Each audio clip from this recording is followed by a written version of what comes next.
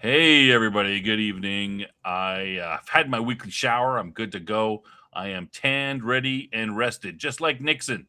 Let's start the show.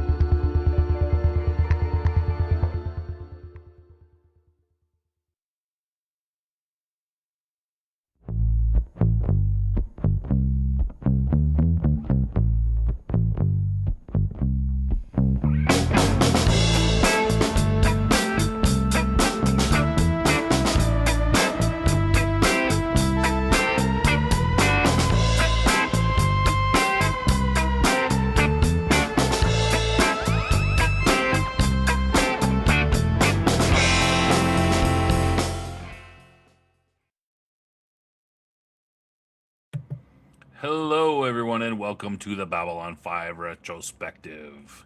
This week on the program, we are in Season 3, Episode 14, Ship of Tears. We're going to talk about that tonight with our usual panel of guests and guest hosts and panelists and all kinds of people. All right, but before we get into that, let me welcome my co-host, the man who runs the show, the man who cries over every ship. It's Cam. Say hello, Cam. Good evening, Babylon 5 fans. Good evening. Yes, good evening. Who is in the chat anyway? I see Dave is in the chat. He sends greetings from the Narn delegation. And we always appreciate that from the Narn delegation. And of course, Madman's in the chat. Evening to you, Madman. Who else? That's basically everybody who's not on the show, who's in the chat that is making their faces known. Yeah, that's great though. No problem. People are going to come in. Weatherman has arrived. In there. Oh, all right. There we go. Now we can start the show. Weatherman, our most loyal fan, has arrived. We appreciate you coming by and saying hello. Hoping you're feeling better. Yeah, stay as long as you want to. That's great. We appreciate it. Yeah, welcome. All right. Cam, do we got any administrative stuff we got to go over? Anything important before we should bring in our panelist? No, just in general. I'm just praying that we lose no more actors or actresses from anywhere. It's been a bad run. There's been a lot. It's something in the water or something. I don't know. There's been a lot of people going early lately. I was mentioning that to Madman the other day. It's like, whoa, what's up? Thank you, Weatherman, for the gifts of one membership. Appreciate it.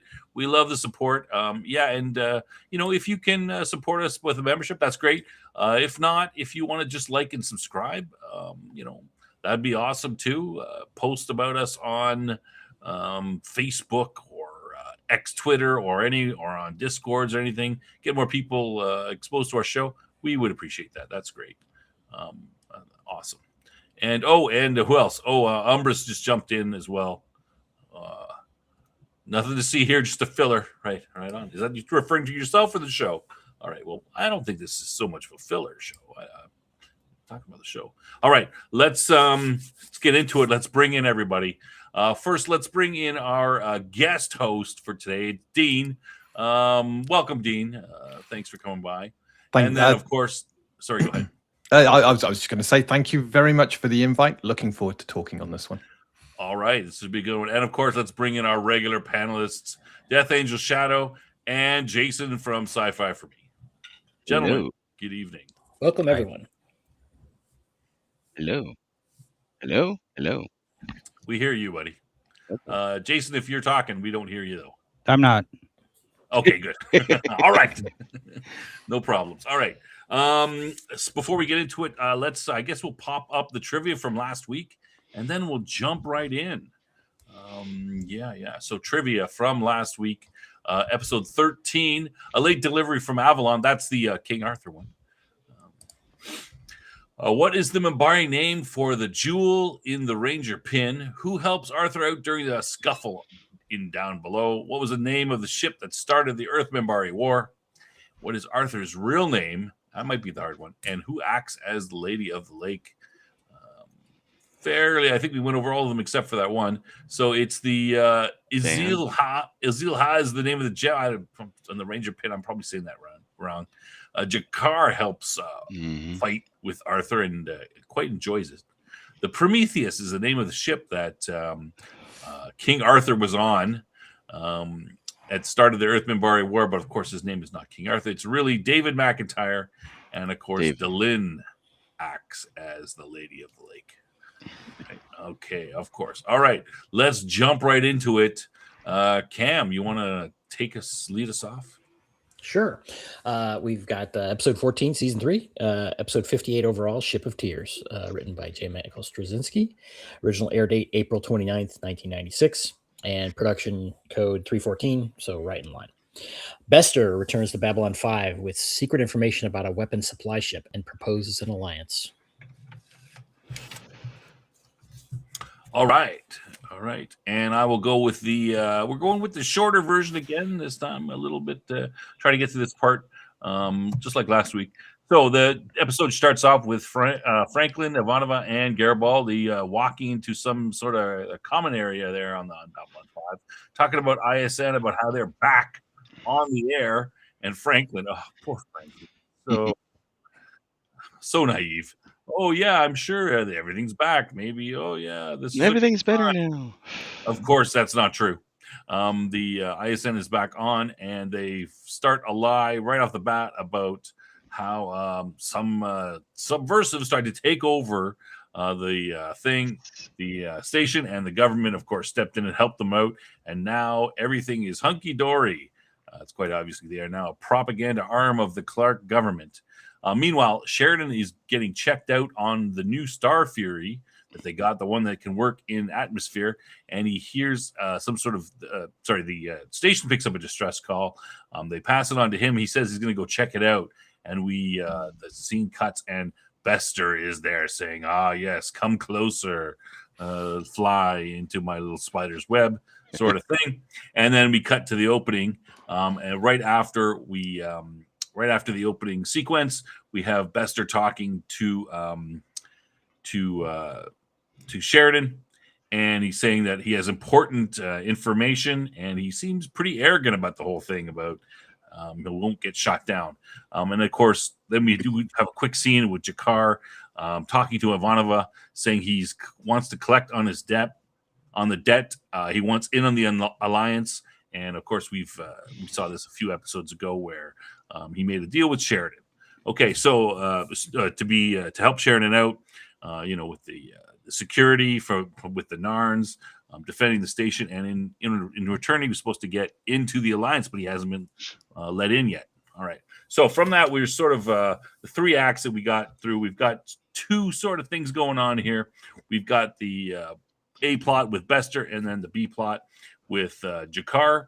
Act 1, we've got Bester arrives. He comes in. He basically talks to everybody. He talks to the crew, the leadership, tells them that they have a common enemy and that the Shadow have a transport that's going through hyperspace. He knows where it is, and they should go and capture it.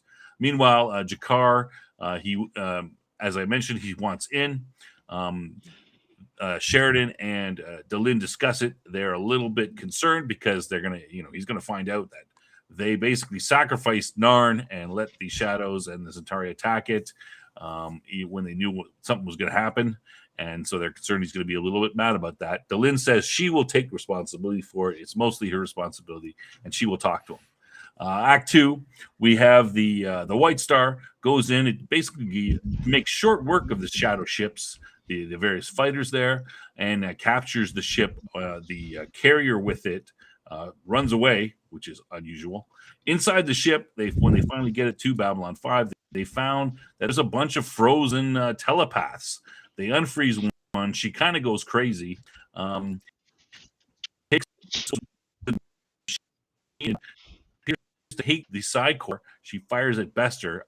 We kind of, it's kind of the pin that he's wearing, not necessarily him. We find out that she is Bester's in love with her, so he says she was her lover, and she's carrying his child.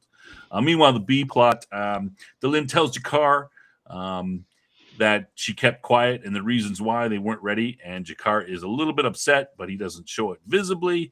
He says that he may forgive her, but that day is not today. So at some time he may forgive her. We'll see. Act 3, the final setup. Garibaldi figures out that the shadows from the Book of Jaquan, and what has happened. He figures that the shadows fear telepaths for some reason. They're weak to them. And meanwhile, Jakar joins the council. They're in new digs. And it looks pretty fancy. They built themselves a new set and everything. New room. And he's that's right. And it goes in there and he gets into the thing with everybody. All right, that's very quickly the three main acts of the show. Let's get right into. There's lots more detail to cover in each of the things and some interesting things. But I'll turn it over to Cam. Go ahead. All right. As the A plot, I've got the Bester Shadows telepath weapons, and then the B plot, and it's a fairly strong A plot. It really kind of focuses on that pretty heavily. Yeah. And then we've got the Jakar and Delenn discussion, and and with the council, and then kind of an intro plot, I guess, would be the the return of ISN. Not really, but and I think that's all I've got in terms of plots. Anyone else have any other views on that? No, I think that's pretty much it. Yeah, and then they're very all tightly intertwined, anyways. So yeah. Okay, well, let's jump right in chronologically here with the beginning with the ISN thing. Anybody? I'll just say what basically. We find out that we've got lo and behold, the journalists really aren't. They're propagandists, and their flimsy cover story for it. Dean is our guest. You want to start off talking about that? Your thoughts on it? Yeah, I'm happy to do so. I think they were all way too optimistic. Ivanova actually saying, I'm too optimistic. Too pessimistic. She said, it's spot on. They were hoping for far more. But what did you expect? Earth's under Clark's control. ISN comes back on. What else is it going to be but the propaganda arm of the government? And I think it was Franklin who said, he who controls information controls the world. And I don't think anything's changed there. And it was a nice introduction, and it's just, I think, a reminder that things are going on Earth, that Clark is still very much in control, and Babylon 5 is all on its own still. Yeah, I agree. It was a short scene, but very effective. And for my part, it was, again, I wouldn't have been optimistic about it, but I still had a sinking feeling in my stomach watching it. It's just like, I mean, it's literally sickening how blatant it is. And the comment that I'd like to make about that is to any, obviously to us as the viewer, and to, the people on the show, the protagonists on the show, it's like, oh, this is obvious BS. But it goes to show, I think, how indoctrinated the viewers of ISN must be at that point, right? To be able to swallow that. And I'm sure there are people in the world there that aren't doing it, but it's not even close to credible. It's a joke. It's a bad joke of how obvious a propaganda it is. Yet history shows us that sort of thing works. So, no surprise, I guess. So again, in my opinion, an extremely effective portrayal of this historical pattern, that JMS has portrayed there. So, I mean, Tokyo Rose, the Nazi radio stations, they had radios that only got certain frequencies, and they were propaganda frequencies. Yeah. You know? Let, Right, or let me Baghdad just the same Bob, you thing. know. Yeah, let me just mention, Cam, though. I think that, like, watching it now, we are a lot more media savvy and much more cynical towards the media than they would have been 30 years ago. So I think this hits us. I think it hits us a little bit. You know, it's like a little more obvious to us, perhaps, than it might have been Well, on the I first mean, showing. because alternative media and social media are so separated from that. It's not the days of you got your three networks, kind of thing. But I think, I remember watching this originally, and the bias kind of propaganda thing from history.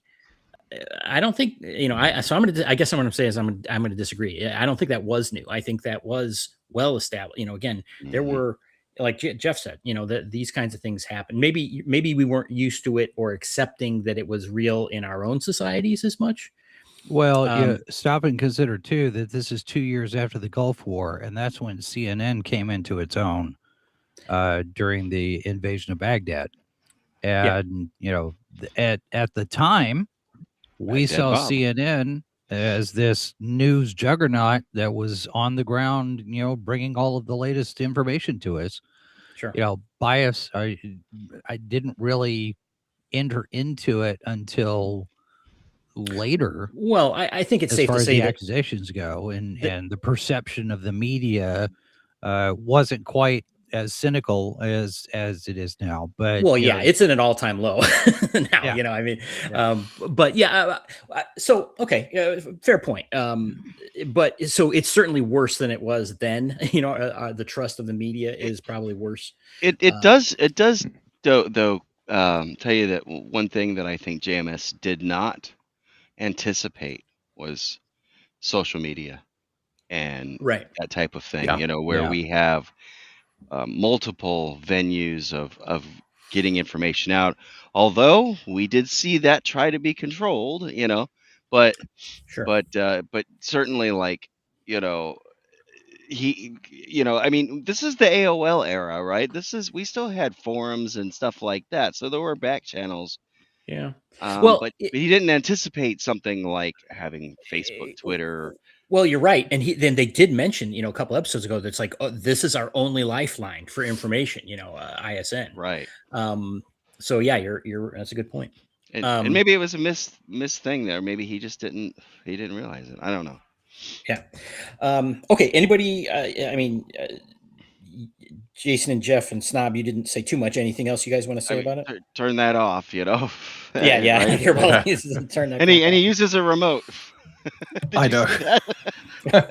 Yeah, I mean, I think you could still, even if this was modern, you could still suggest that they may not be able, like, if they had social media, they wouldn't be able to get in contact with it, depending on the control of the the channels. Communications and what kind of communications was being used. But yeah, I think that's sort of neither here nor there. I just and the bulletin board message systems back then weren't as ubiquitous and widespread. I mean, you had like with the Whedonverse was one of the early ones for Buffy fans, and then Firefly fans. I mean, Whedon really leaned into it, but again, it was a small sandbox, it wasn't anything like social media now. Even with AOL and ICQ and that kind of thing, it was one of those things where it was a select number of people that were doing it. So yeah, I mean, I was in the BBS era. I had a BBS. I had email,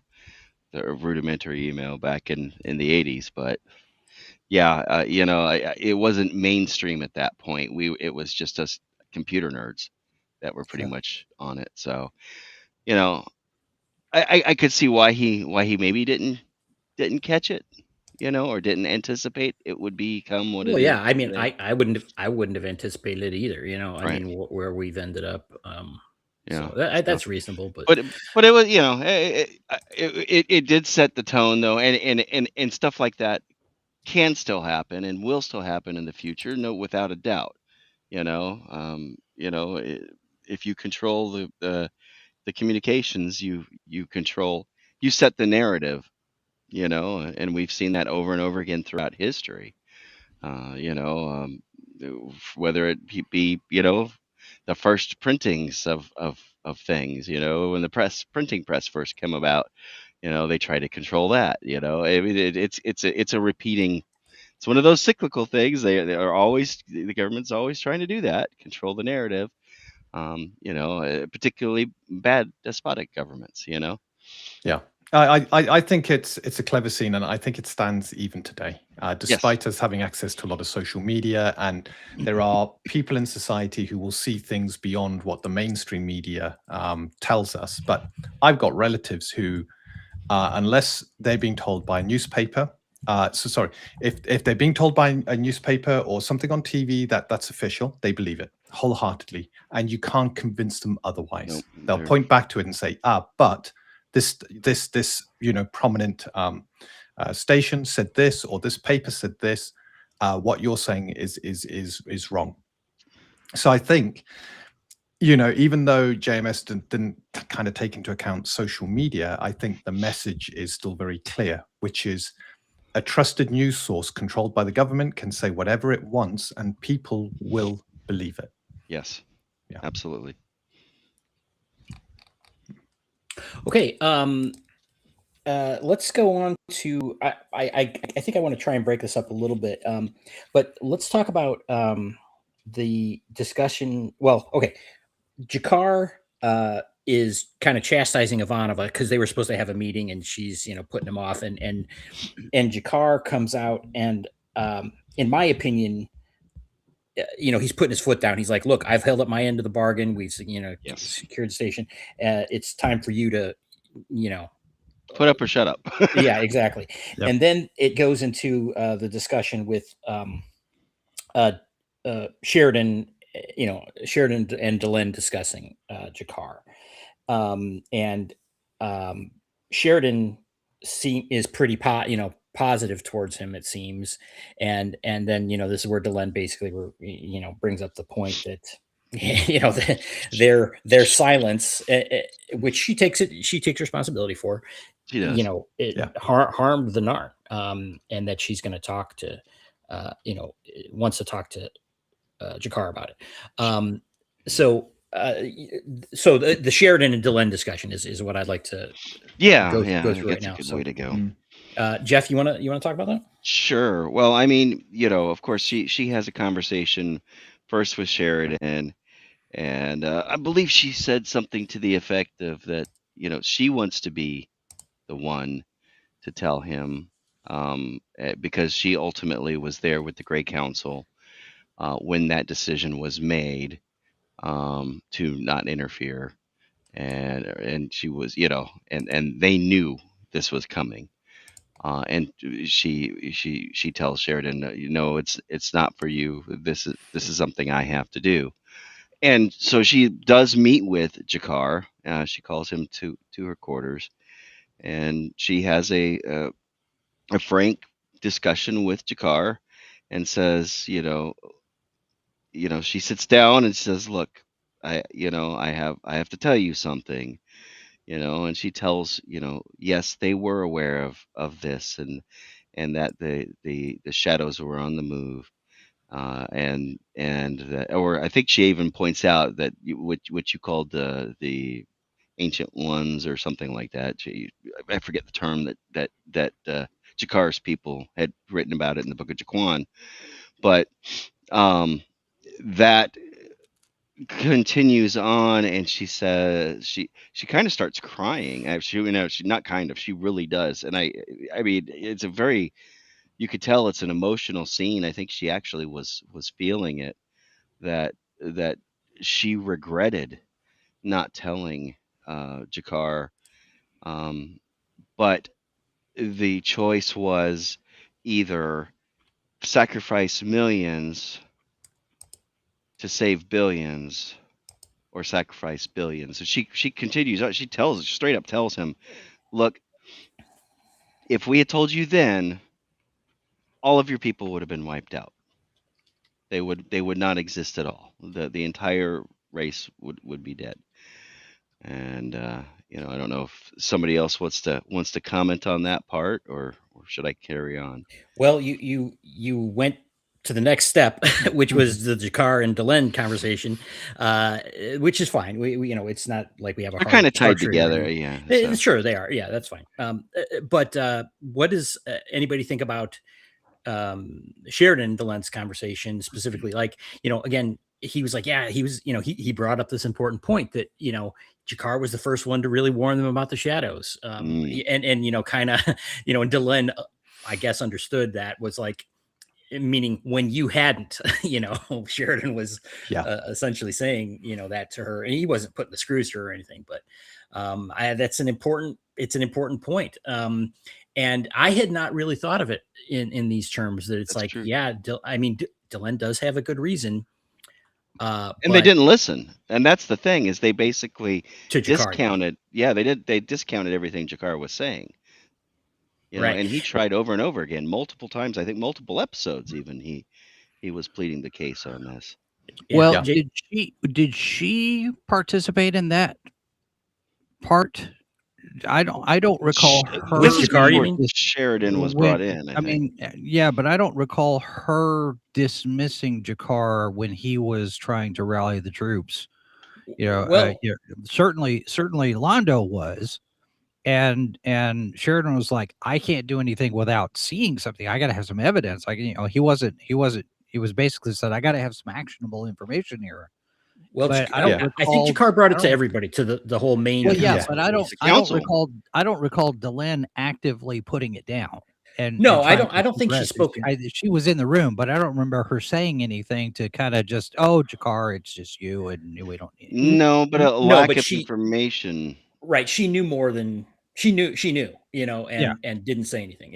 And she's admitting that. Yeah, and it led to what happened with Centauri, and eventually, Narn. And her people knew about it and didn't even tell Sheridan or Earthdom. Yeah, she hadn't told anybody really at that time.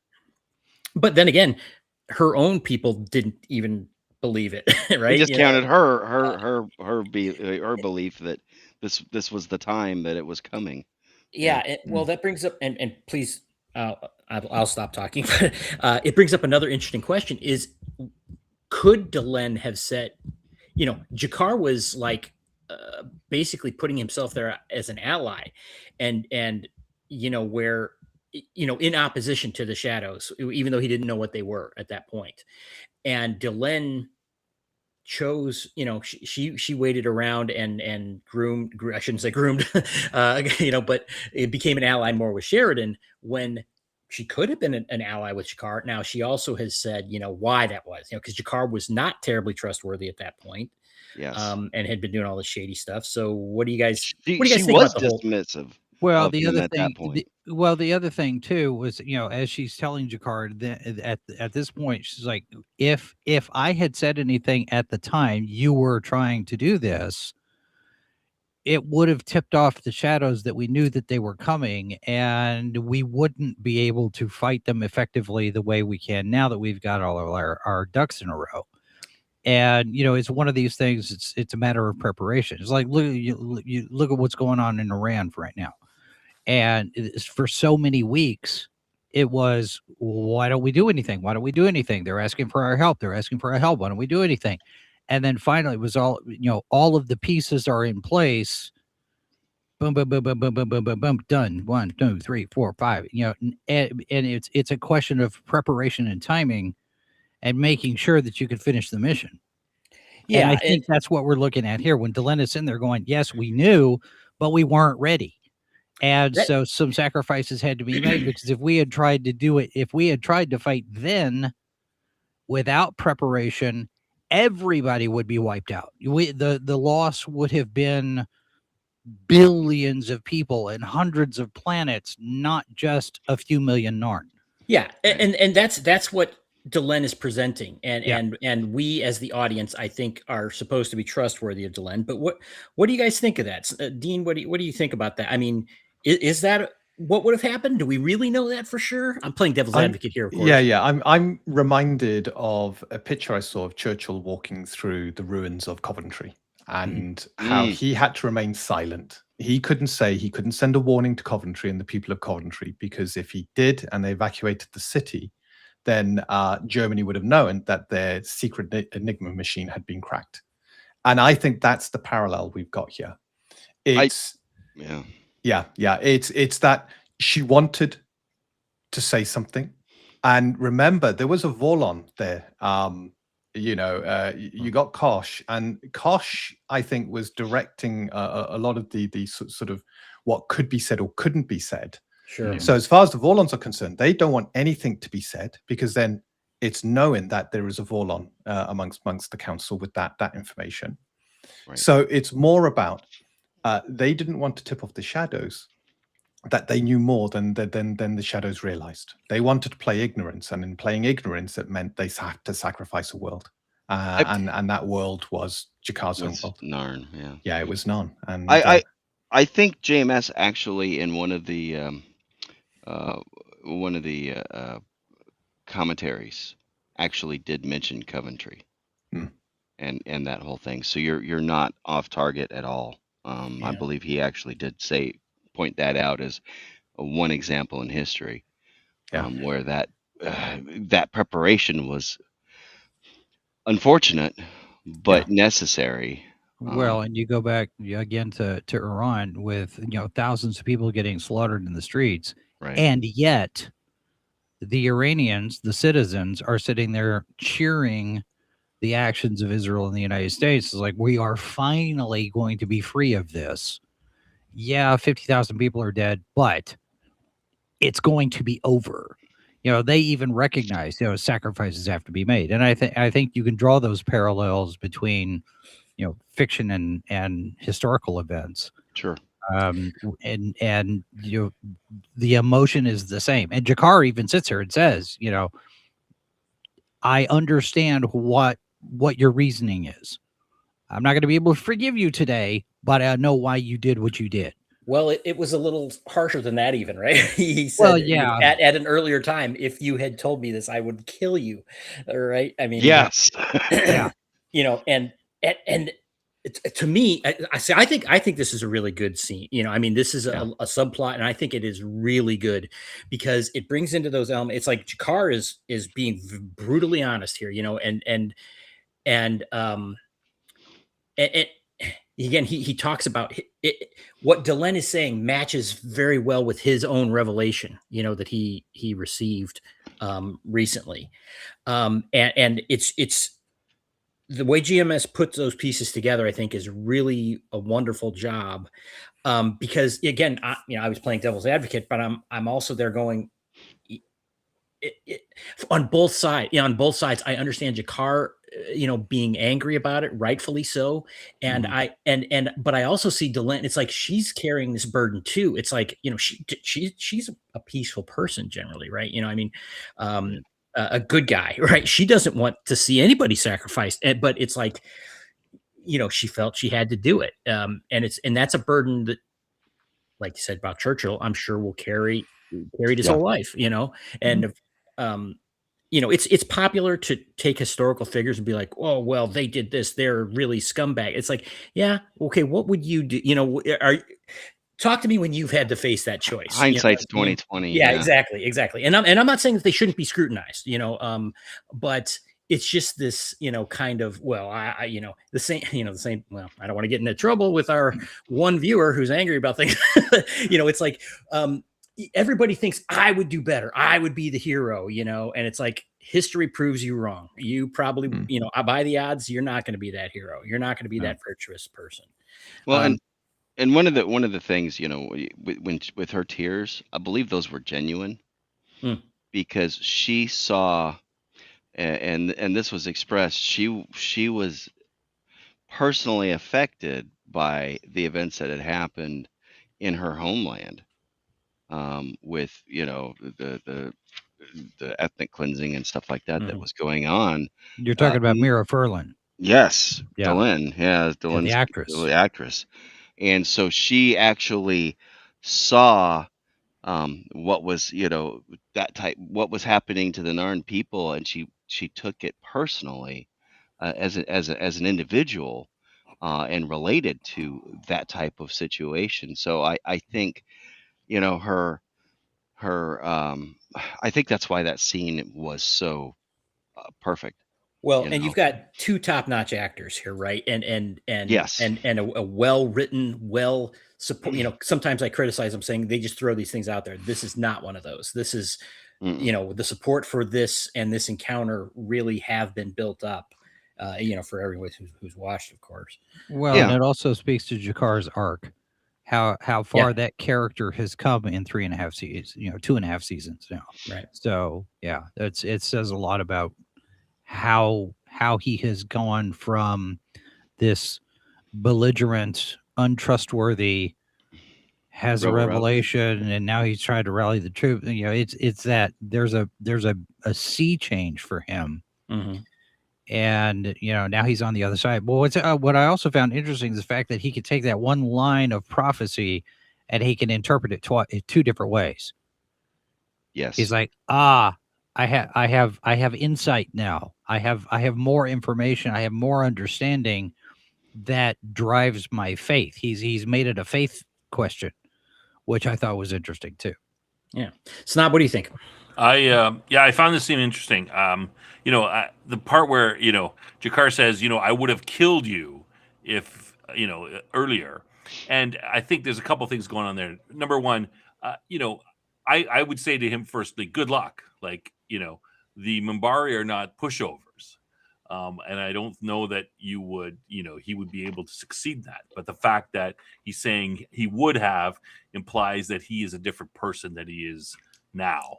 So it's reinforcing that, but also her upset, the way that she doesn't say, she kind of understands that he would do that, not that she would have Mhm. allowed it or that he would have necessarily been able to kill her, but he would have tried, and she recognized that. But yet still, the guilt that she feels, I see the crying is she's very she feels very emotional and very guilty about this, that she had to do this. Whereas, as you would have mentioned, Churchill might have felt, after making the decision with Coventry that you talked about earlier. So I saw that whole scene very well put together with the whole, that whole part. I would love to go back and talk about Sheridan DeLynn too a little bit. Go ahead. Once Sure. we're done with this. No, I mean, no, okay. Yeah, this is the time.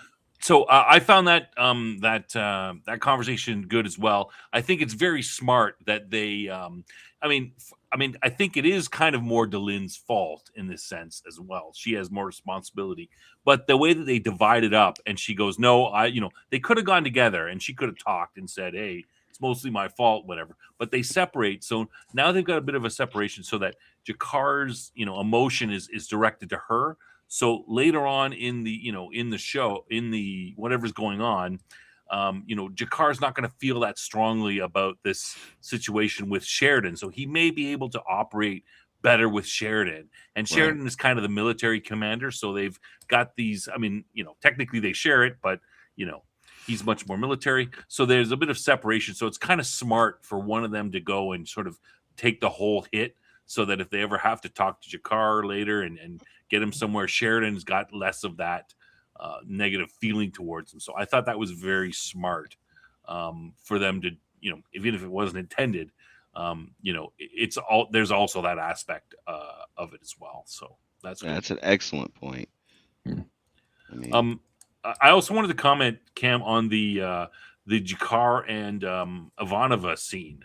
Sure. I thought that was a beautiful scene as well. That perfectly gets Jakar his whole, like, just even what he says, oh, my patience is infinite. I know she makes a comment about that afterwards, but it's obvious he's being sarcastic at the front. Just everything he says there, the way he acts, all his, everything, his body language, it's just perfect Jakar. And it's so believable. I'm watching him going, that's exactly what Jakar would say. That's exactly how he feels. Yeah. He's like, what's going, everything.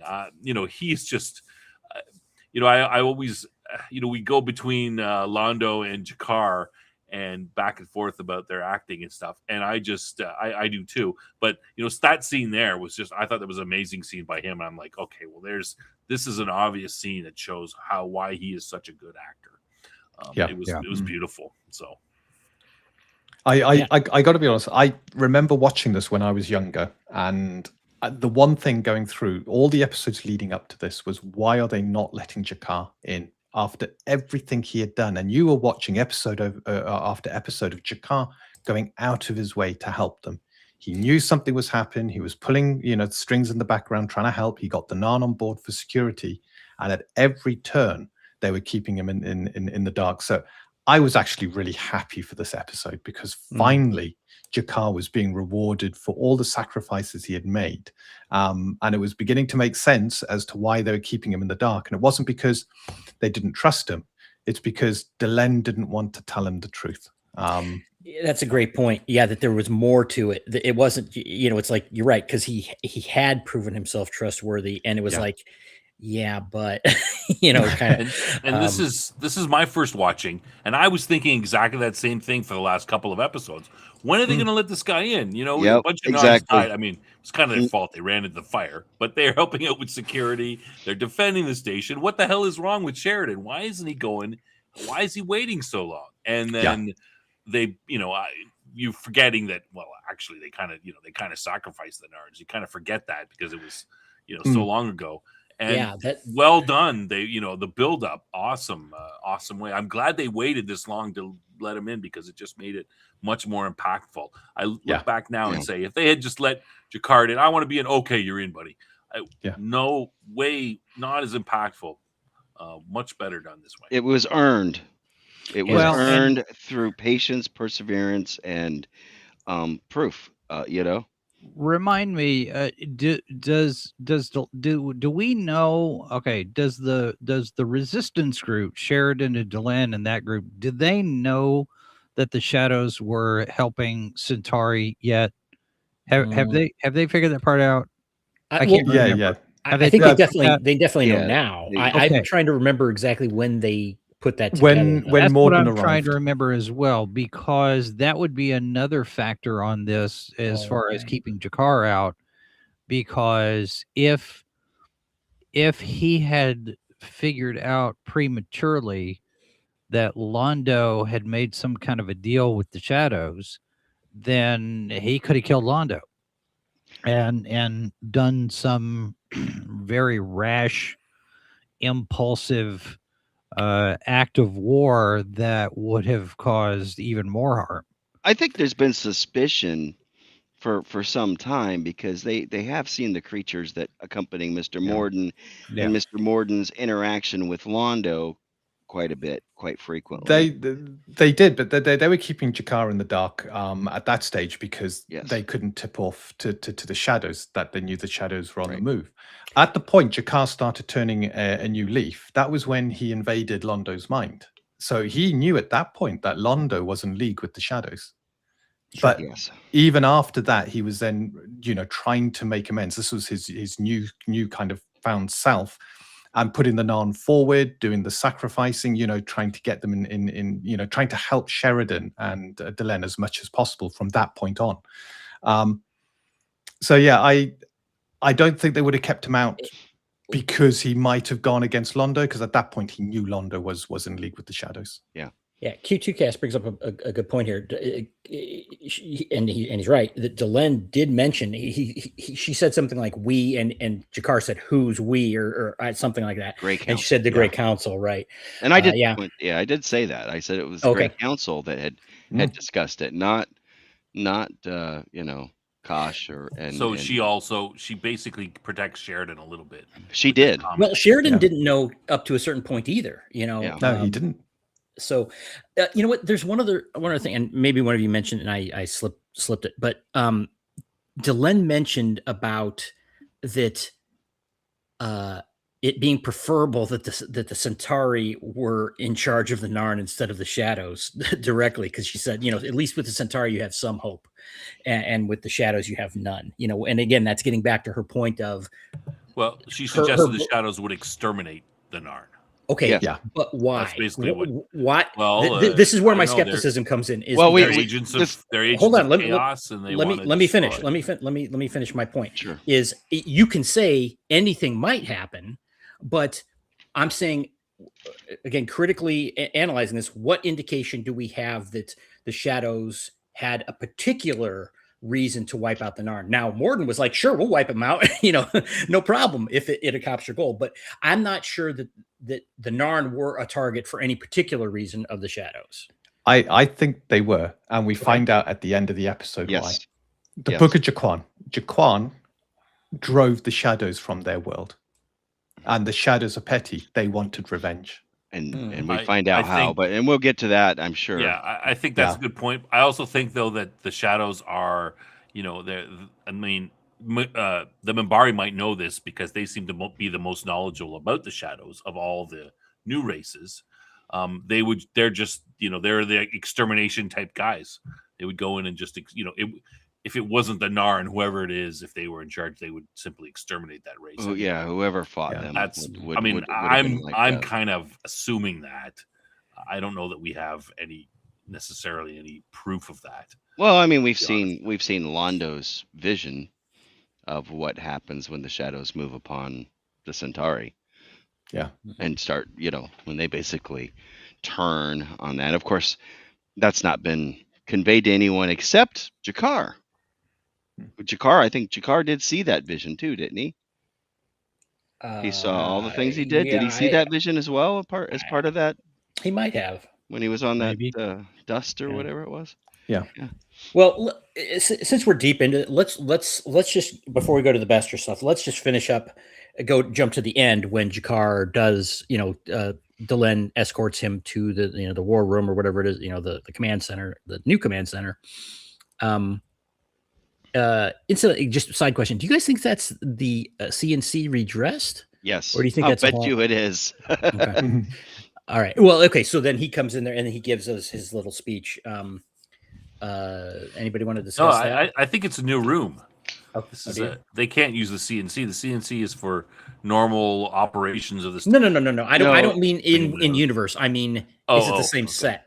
Yes. It I didn't think seem it's bigger to you. It seemed bigger. It but did seem larger. bigger. all, Yeah, it does all feel the a walls little are bigger. movable. All the Yeah. walls are movable. Yeah, that's true. I mean, yeah. But does it really matter where they put it? Like in the warehouse? I mean, Sheridan's office is also the cafeteria. If that gives you any perspective on how Yeah, they so- repurpose Yeah. stuff all the time during Yeah. the series. It was a way of saving money. Yeah. you know? Well, and Babylon 5 is not the only show that does that. Every show that has standing sets will do that. So Star Trek 6, the dining room is the Enterprise D briefing room for Next Generation. Mm. They're constantly redecorating and redressing the set so they could use it for something else. In fact, the room that Morden was interviewed in is also Sheridan's office and the cafeteria. So and it's like I remember him JMS complaining about the table that they used. There was supposed to be a much bigger table. You know how an Yeah, artist right. It always was- it was picks nice about to- their yeah. they It was a pick- cocktail table. yeah, it was this little tiny table, and it should have been more of a bigger table to be more imposing, I think. But Right. Okay. I'm sorry. I derailed things a little bit there. that's okay. So Jakar, he's in now. He's brought in, and he Well, says, so are we as the audience. We're That's a introduced. good We have point. not seen this, so we are seeing it now through his eyes. As look, And- there's the whole operations center going on for this. Right, and there's other people, nameless People that we haven't seen. that are doing work of some sort, analysis or whatever it is that they're doing. Right. Which, that's a very good point, Jeff. It tells the audience, hey, they've stepped up their game. They have this new command center we've never seen, and there's people actively working on it. This is a war room, But Jakar makes, he says something like, "This is a great day," or I don't remember his exact quote. I'm sure Madman will fill that in the chat. Oh, yes. What do you guys think of that? I thought it was kind of a cool scene. It's a fantastic scene. I think they called it the War Chamber, didn't they? Mm. And having a war council in there, and I think stepping from the elevator and then seeing it I think that at that point the camera was kind of sweeping across and showing the magnificence of this room. And I think we're going to be spending quite a bit of time here. I get the feeling that we are as well. Yeah. You know, and of course, this is my first watch. It's you know, it's Better, snub they paid for too. that set.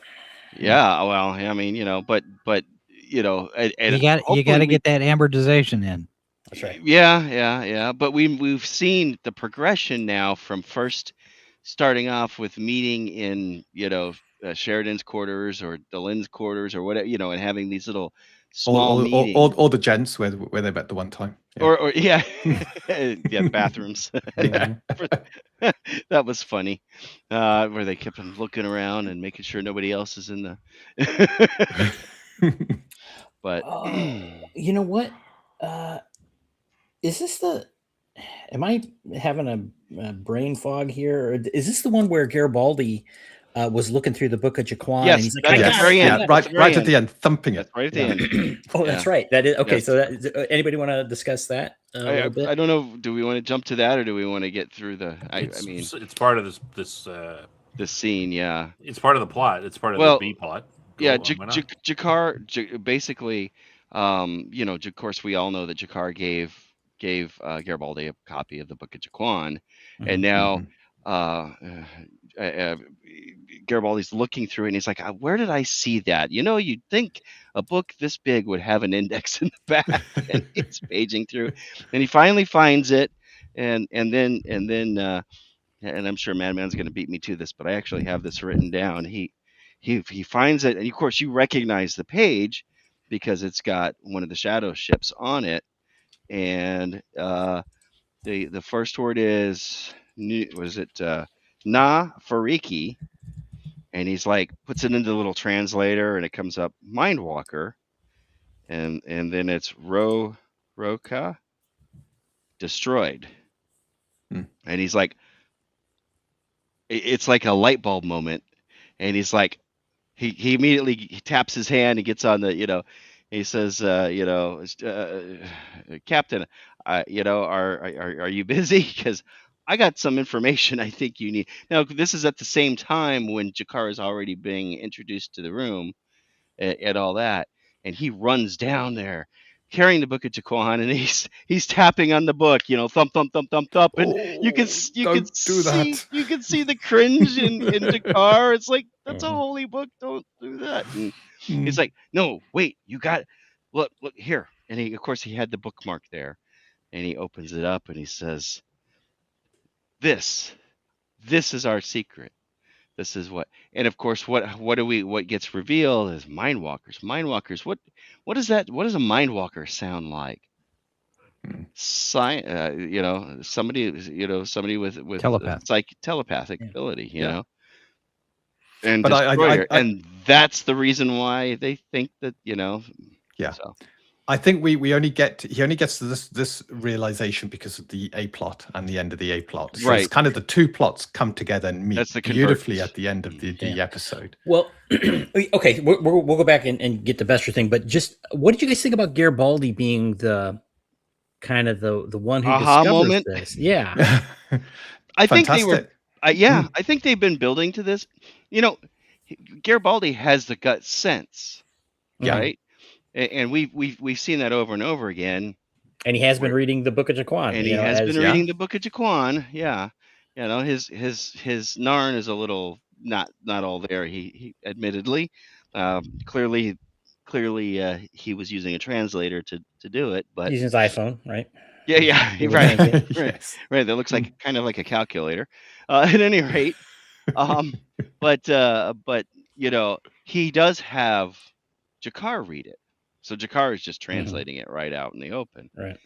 And I think that was, they're like, they realize that they now know what the weapon is to help them fight the shadows, and right.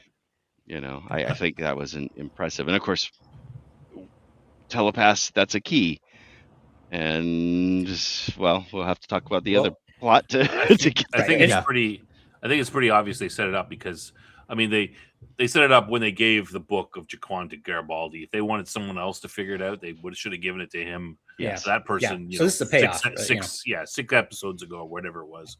So yeah, I'm not sure why they picked Garibaldi for that. I guess I think they want to spread things out a little bit, or Yeah, needs something. maybe the Yeah. gut sense that is a good. That was my take. Well, Yeah, you're he, building that intuition. builds. That builds Garibaldi's character. Kind of fits with him a little bit. He's the cop. He's got his cop sense. So I mean, maybe he's the best choice for it. And it might build his faith as a character.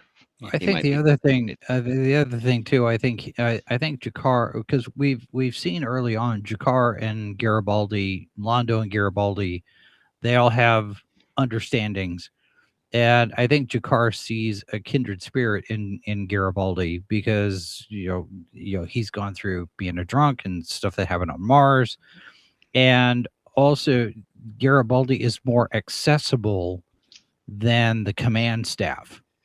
So I'm going to start with the guy that I know, the guy I have an understanding with. Right. We kind of meet in the middle on certain things. I do these things. He kind of looks the other way when I need to.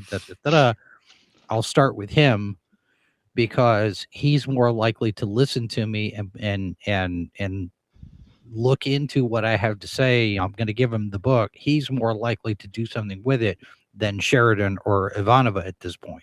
When he handed Garibaldi the book, they've kind of got their hands full anyways. Yeah.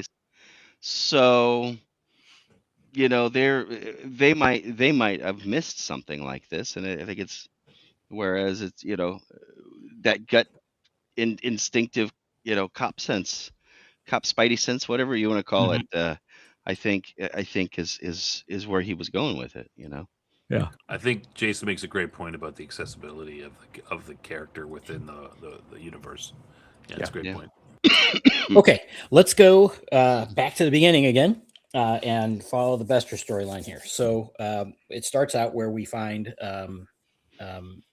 it's not been mentioned that Sheridan was out checking out the new with a 2-seater, by the way, the new Star Furies that they had gotten from Hoshi's ship. I forget the name of it. Did they point that out that it was a Yes, yeah.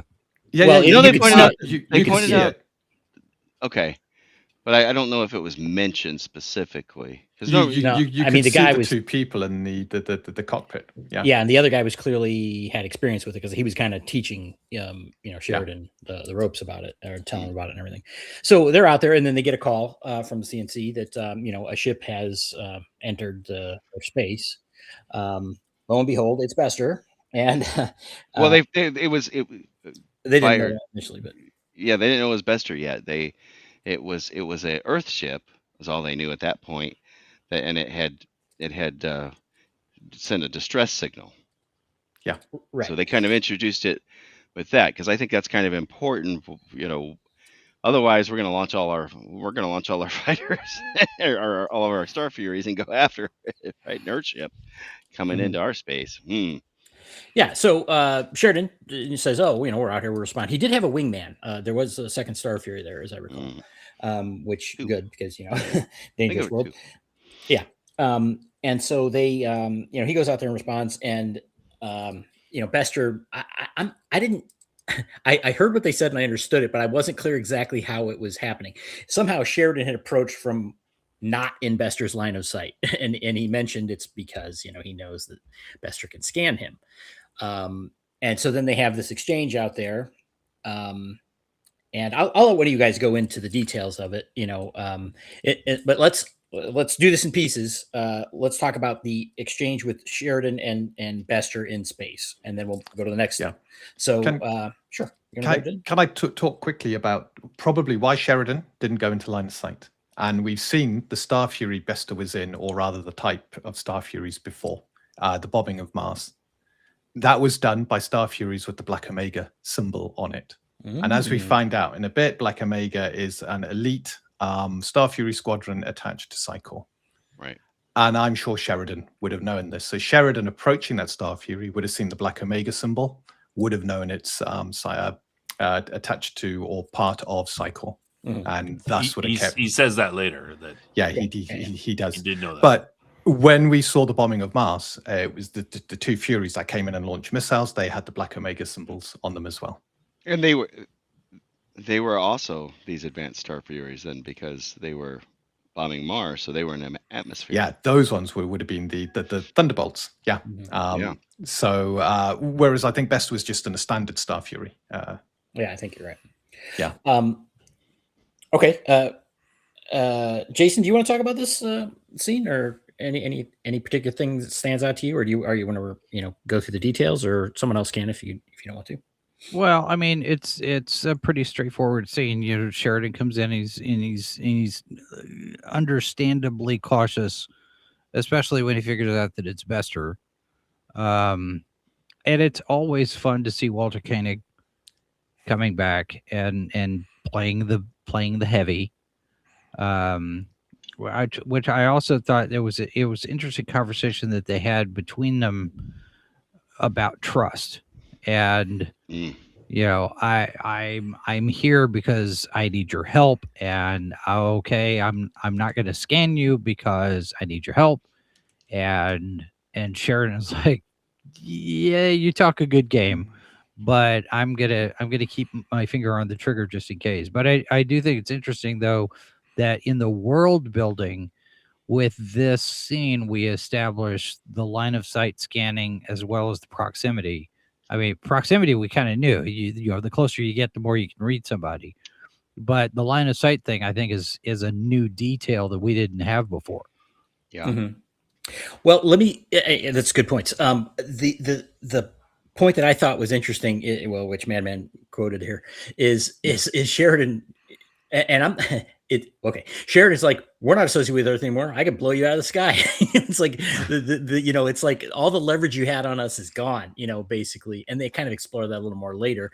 And Bester, he doesn't show himself to be shaken really, but it's I think it was kind of like he was like, oh, maybe I didn't think about that. He did cringe a little bit. Yeah, and he did. He was kind of like, did you hear me? He was waiting for an answer. right. So I thought that was an excellent exchange, and it's also telling the audience, the things are different now.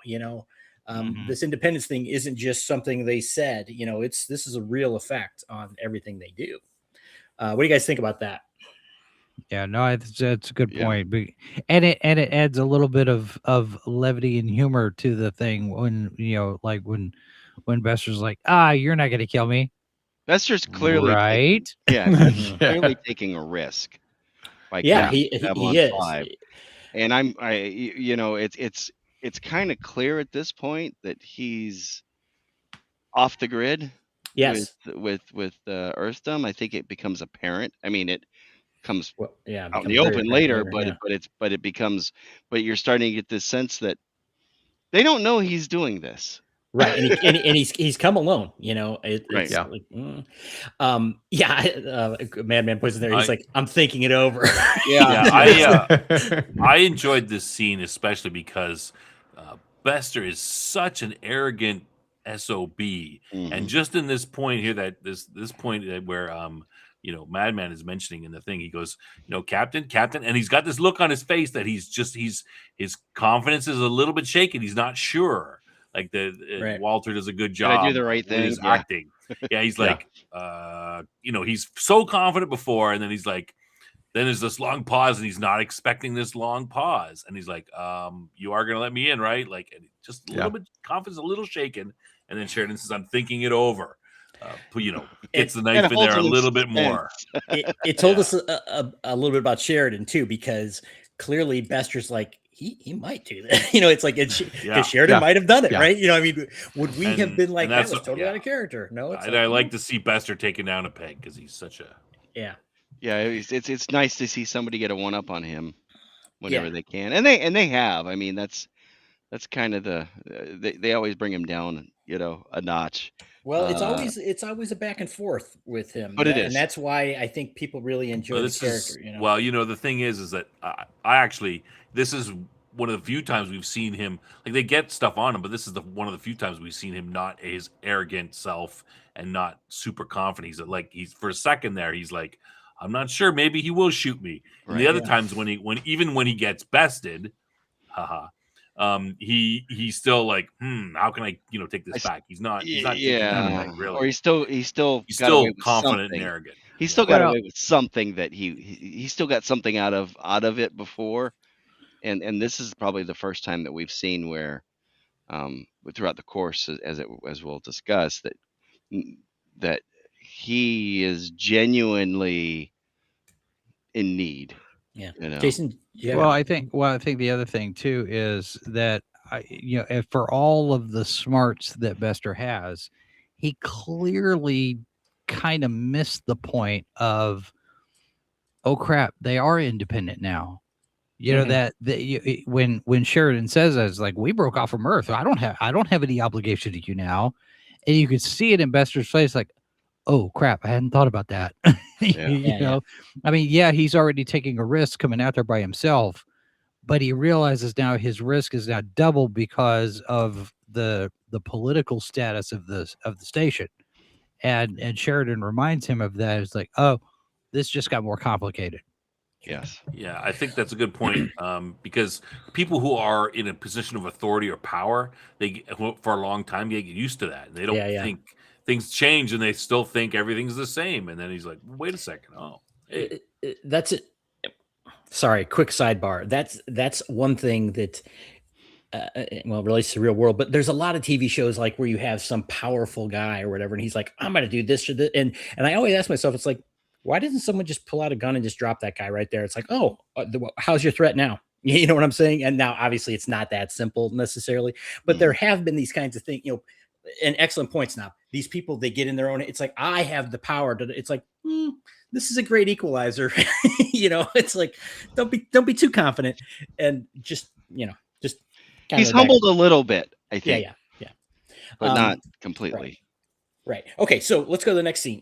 So they've agreed to let him land, and then we have the scene with the command staff discussing, how are we going to approach How we're this? gonna handle it, yeah. And I forget who brings it up. It might have been Franklin. That it's like, well, what's he have on us? Our secrets are out. Everything we were going to do, we did. Or maybe it was Ivanova. I'm There's not one sure. secret. No, I think There's you're right. one It was secret you Franklin. yeah, didn't know. it's Franklin." Franklin. Yeah. Yeah. You're right. Okay. Right. And he makes a good point. Franklin makes Right. a Yeah. And then now they had brought him on board. I'm sorry. They had security, some nameless security guys, basically bring him, and Besser's like, oh, okay, I see how this is going to go, Yeah. kind of thing, that they're not exposing themselves to him. Yeah. Did you notice he had his shit-eating grin back on his face? Like he was back to his old arrogant self right off the bat. He sensed them before he goes around the corner, and he knows he's there, and he gives this big smile, and he goes around the corner. Hey, all right, this is how we're gonna do this. Right. I'm like, wow, that took him down a peg. It didn't last very long.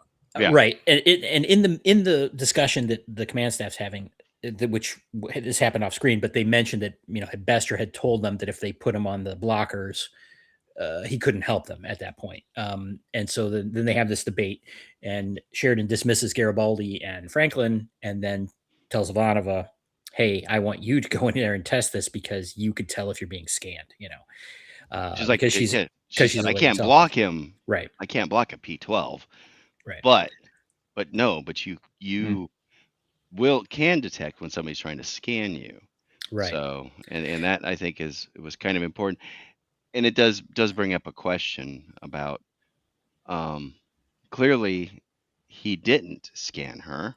Right. Yeah. Okay. Well, let's talk about that. So she does reluctantly agree, and then they, she does go to meet with him, and he's like, "Oh, I was expecting the captain," and she's like, "Well, you got me now." And then, just side note, this is when Delenn and Sheridan are having their discussion about Jakar while this is going on. Yeah. So, Jeff, you want to talk about that scene with Ivanova and Yeah, and sure, Bester? sure. Ivanova, they kind of have a back and forth, kind of a, and Bester says, "Oh, you do have your mother's eyes." Which kind of hints like maybe he knows something about her anyways. Well, and what happens? And she smacks him. Yeah, and you got a bloody lip, buddy. You got a bloody lip, buddy. Yep. So yeah, but I think that was in response to him saying that Ivanova's mother took her own life, and it was nothing to do with Psycho. Psycho had nothing to do with that. Yeah, and Yeah. it's really hit when her it's like- truly they're and- what drove her to it. Yeah. And I think this is another scene. We had the scene with Sheridan and him kind of bringing him down to earth. Mm-hmm. And then I think he was surprised that Ivanova slapped him like that. And it was, again, another one of these things. Hey, I don't owe you jack squat, buddy. Don't with me. Yeah. I thought that was a great moment for Ivanova. Oh yeah, yeah. She's like Don't you talk about my mama. Right. Yeah. I love this scene.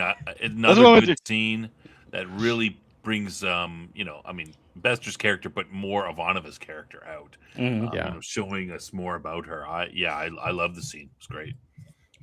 It's amazing what the officers will do when they know that they can't be court-martialed for striking. Right. Yeah. Fellow At least not at officer. this point.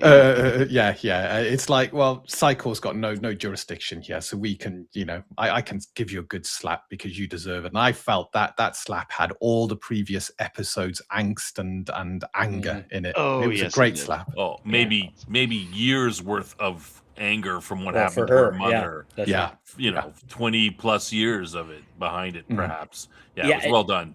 And I like. I'm sorry, Jason. What do you think? I don't want to. No, I like the confrontation, but also the entire time you're sitting there waiting for Bester to scan her, Mm. and Yes. because you know what kind of snake he is, and then Yep. he doesn't, and you're like, okay, well maybe he is legit this time, maybe he does have an agenda other than sneaking around trying to figure some stuff out. So I think it's interesting there, that tension that is inherent in those characters because of their past relationship, but that also feeds into the audience expectation that Bester is up to something. And when he proves to be somewhat trustworthy, I think it's an interesting story beat, because it throws the emotional arc off from what you expect when Bester shows up. Yeah. It keeps it interesting. I mean, he does point out that the enemy, my enemy. Yeah. Yeah. Well, you know what? I love, again, I have some criticism sometimes of JMS, doing hand waving and everything. I love the fact that they are still addressing. It's like, yeah, this guy's a telepath. Yeah, it's like they're not ignoring, and it brings up an excellent point about. It's like a microcosm of the problem that telepaths cause in the society, right? It's like. Right.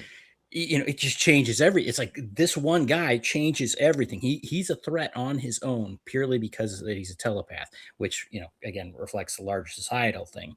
And I love that they deal with it so carefully, and don't just kind of, we've dealt with him before, so we know what to expect. It was, even though noting, that things have changed, the situation has changed. I really like that level of detail shown here. Yeah. So, and again, Sheridan mentions it's okay, if he doesn't scan you, we know we could trust him. And Devon was like, whatever. He's like, a little, it's like a little enough to basically hear the next step. So It's kind of funny how Sheridan has to tiptoe around some of his officers sometimes, like Ivanova. Yeah. Like, he's like, a little, like, come on, you gotta meet me halfway. Right. And that's, I think that's a very good personal sort of aspect. He knows how his people feel about this, and he's got to, he needs them on board. He needs to convince them to, to go his way. That's some good leadership qualities too. Authority is one thing, and so you expect them to obey orders. But again, his situation has changed too. It's like, well, in reality, do any of these officers owe him any allegiance? Not really. They were Earth officers, right? I guess they have kind of pledged themselves, but it's in any case, I think it's good leadership.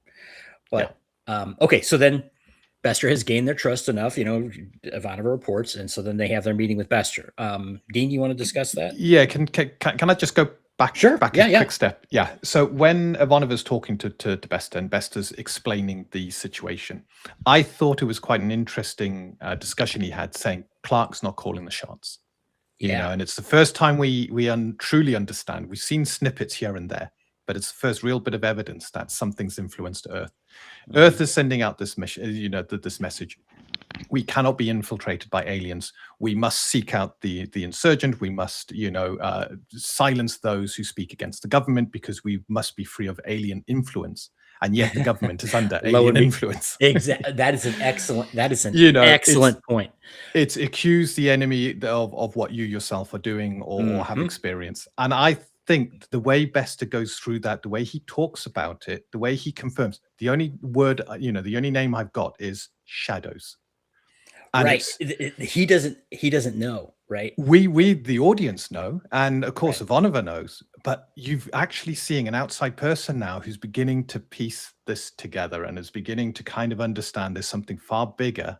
And I think that showed a little bit of vulnerability with Bester, because he was revealing his cards, his hand at that point, and he was saying, "There's a lot of stuff I don't know, but Well, I suspect something horrible is happening in Earth." Yeah. and it's kind of shocking, isn't it? Because it's like, if anybody would know, you would think maybe Bester would. And it's Yeah. so it's like the level of it's telling us, the audience, the level of infiltration that they have to have is so significant. Yeah. That even Bester hasn't figured out who it is. Yeah. That's kind of a bombshell, in fact, in my mind. Yeah. Yeah, And I he goes on to say that even Psychor's been infiltrated. Right. And that now adds the final piece. This is probably why he's out on his own, because we know Bester is core through and through. Mm-hmm. And now all of a sudden he's on his own. He's in a very vulnerable place without any backup.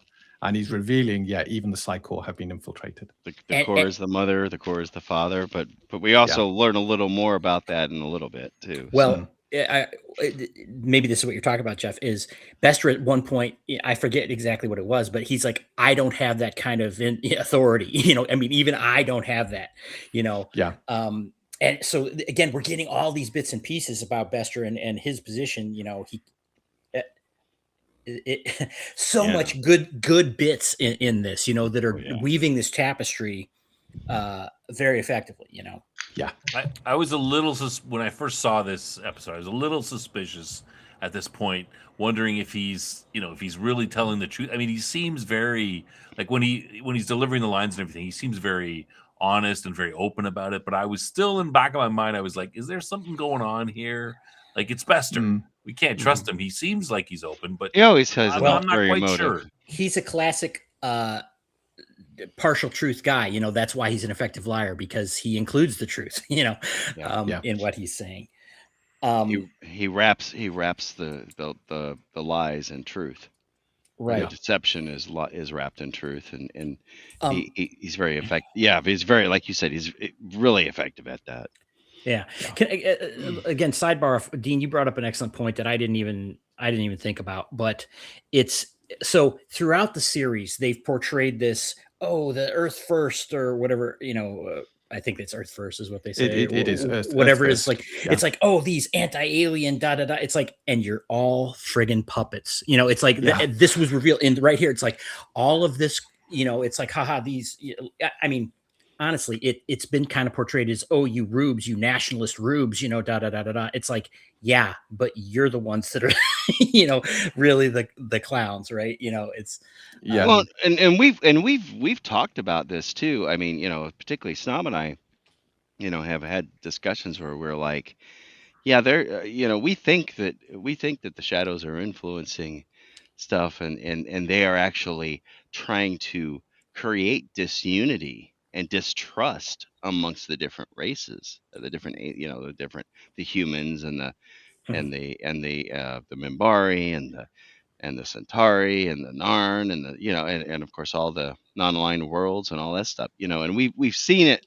They've been very successful with doing this, trying to give each of them their own things to deal with and not trust the other. So, now we're saying that they're even doing this internally within Earth, Yeah. Just before we move on from the scene, it's just something I noted. They talked beforehand about locking him not in the brig but under the brig, kind of burying him. And one of the first things Bester talks about is the cask of the Amontillado. That's it. The Edgar Allan Poe. And I thought that was a lovely touch, bringing the two together. So you got these two different sort of conversations, and both kind of leading to, Bester knows that they're probably thinking of burying him somewhere because they got this opportunity. Yeah. Well, and another thing he does bring up is that, he still has ambitions of power. Yeah. Right. So that's the scene that, where he's talking to the rest of them. And it's a excellent point, Jeff. Was it that, or was it when he was talking to Ivanova that she was questioning? It's after. Is Yeah. it? Okay. And you're right. He openly expresses his supremacist views, right? It's like, Yeah. I mean, and he doesn't, his perspective. He They're says it's just math, evolved. They're right? It's like, evolution. yeah, Yeah. we could do things you can't, and there's a bunch of you're expendable, and we're not. I mean, Yeah. it's like, ooh, that won't go anywhere good. But Looks at us as just breeders, that us normal yeah, non uh, people with telepathic abilities. but he's very open about it, and he also is open about the fact that yes, he has direct designs for his own personal power. Yes. So I mean, this is like, I guess it's probably the most revelation about Bester that we've ever seen. I mean, we knew kind of Mm. these things, but he's just like someone said, he's putting his cards on the table. It's like he doesn't even care. Yeah, he's right up front about it. He's like, W- yeah, no, I still think that we're still going to be in control eventually, but Yeah. they're interfering with my plans. Right. You know, Mm. Exactly. And Wow. right. and that's his initial motivation. Now, At this point, is that, does that give him credibility? Because he tells him about the weapon shipment that he's heard about, right? Okay, they're going to do this, and it's something you should be concerned about, is what he's saying. And and he says, and it's interfering with my plans. yeah. And so he's saying, they have mutual benefit from stopping this. And I think it doesn't just.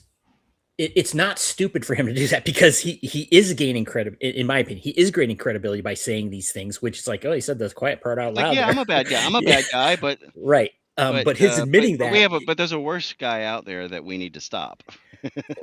right. Kind of where he comes. And I mean, if he said, "Oh, I'm just doing this because I'm a good guy and I want to save people," would they believe him? Absolutely it's like, not. right. So Yeah. I think he played that very nicely. What do you Yeah. guys think, Jason? What do you think? No, I think you're right. I think that when you have it flew out of my head. Never All right, mind. we'll come back to you. Jeff, what do you think? It absolutely, because if nobody would have believed him if he was like, oh no, I'm just doing this for the best of Earth, for humanity, then people would have been like, come on, we don't believe that for a minute, know. And it might have, they still might have been able to carry on, but I think he was trying to establish some trust by kind of showing his cards a little bit. Like, yes, I have future design. I have future plans on telepaths taking over and being the ones in control. And maybe that's a little bit of the flip side of them being independent. He's like, well, I'm not beholden to you either. It's like, I don't care if you know my plans. You're a fly to me. Yeah. Snob, what do you think?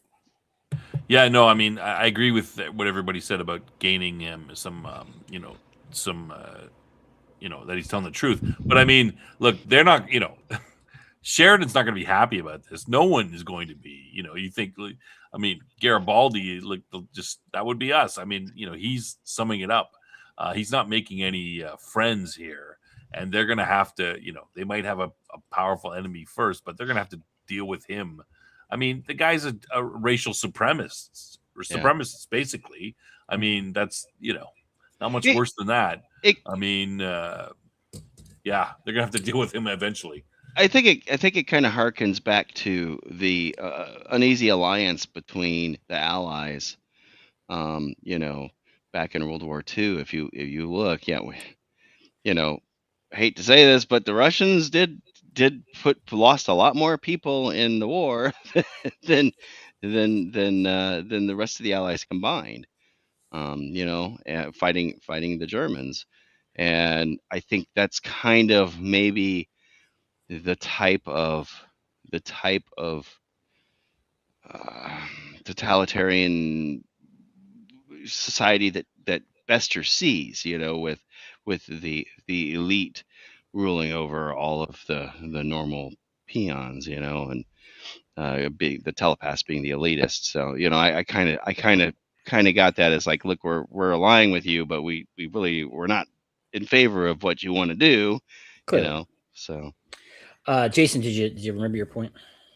Well, I think Bester is putting on a brave face on the one hand, but he's also, he's clearly got an agenda, and he knows that he's up against a bunch of people that don't trust him, and yet he still has the task, and he's like, I still got to get this thing done.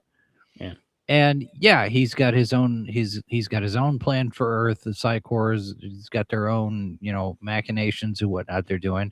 But what I find funny in all of this, not just this, but you know, his conversation with Ivanova is like, how dare they implement my plan before I get to implement my plan? Yeah, You know, I'm going to be the dictator, not you.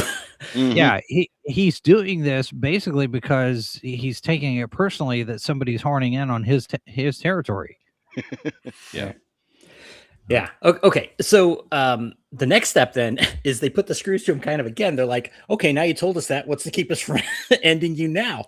You know, and then that's when he drops the reveal. It's like, well, you need me to find him. And then Yeah. about the whole bit about how hyperspace amplifies telepathic abilities or the ability to read things at least. That's a new information drop too.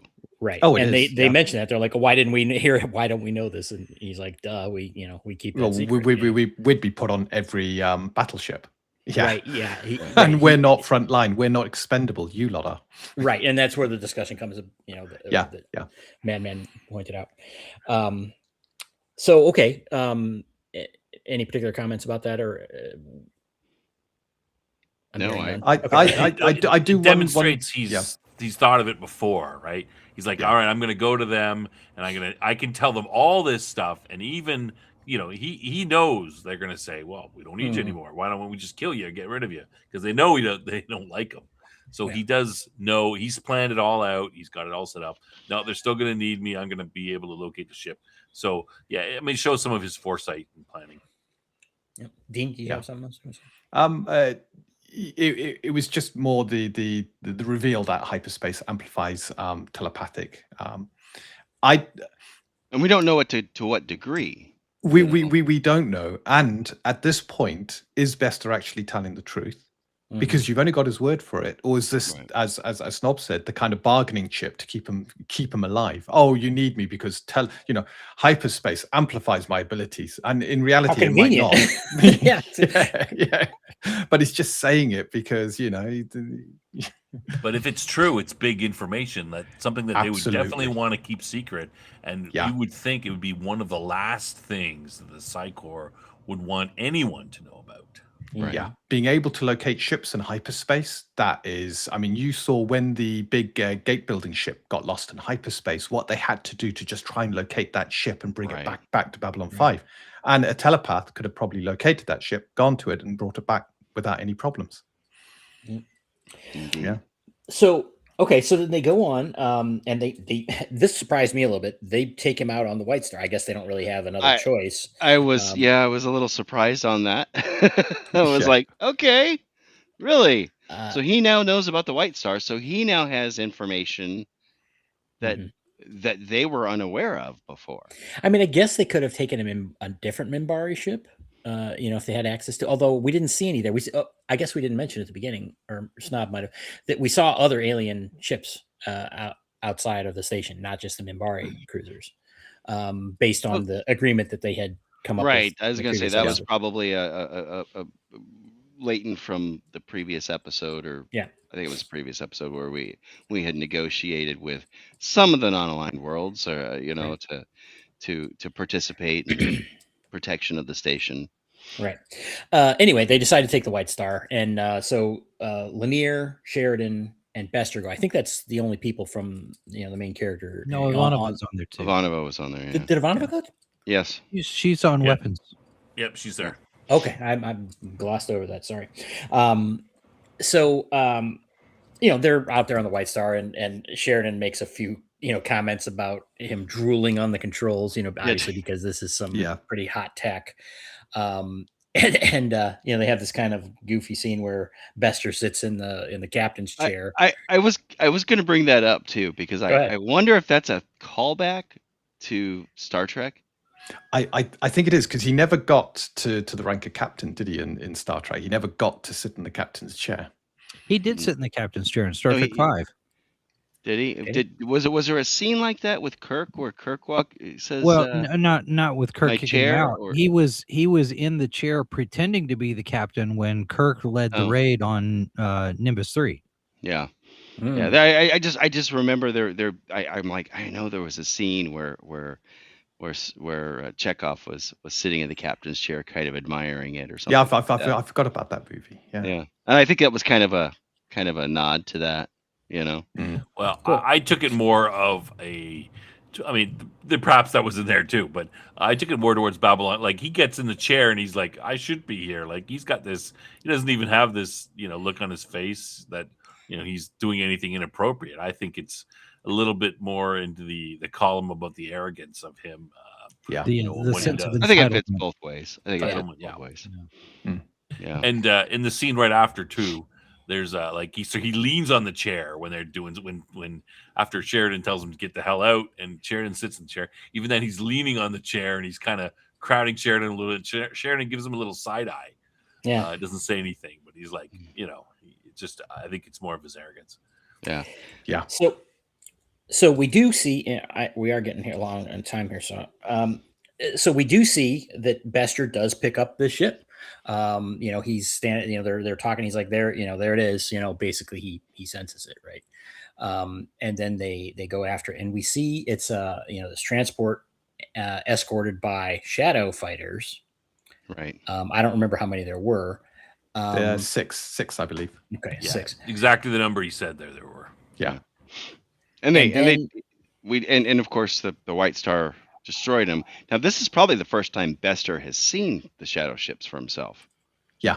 So he actually now has confirmation for his own information that yes, this is there are these aliens here, and well, I mean, he may have seen the footage that was released on ISN at some point. Yeah. I'm sure he saw that, but which was of course poor Keffer. Alas, we knew him well. His last moments.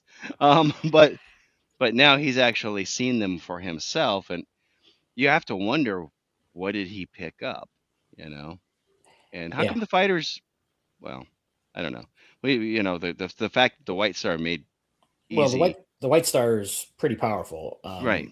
And these are just fighters, but so then they're like, well, what are we gonna do about this? The main ship, and then there's this exchange where Lanier mentions about the gravimetric drive or whatever, and essentially that they have a tractor beam. It's like, oh, that's convenient too, but not unheard of, given the level of technology that this is. We've seen this tractor beam before. Sinclair during the Battle of the Line.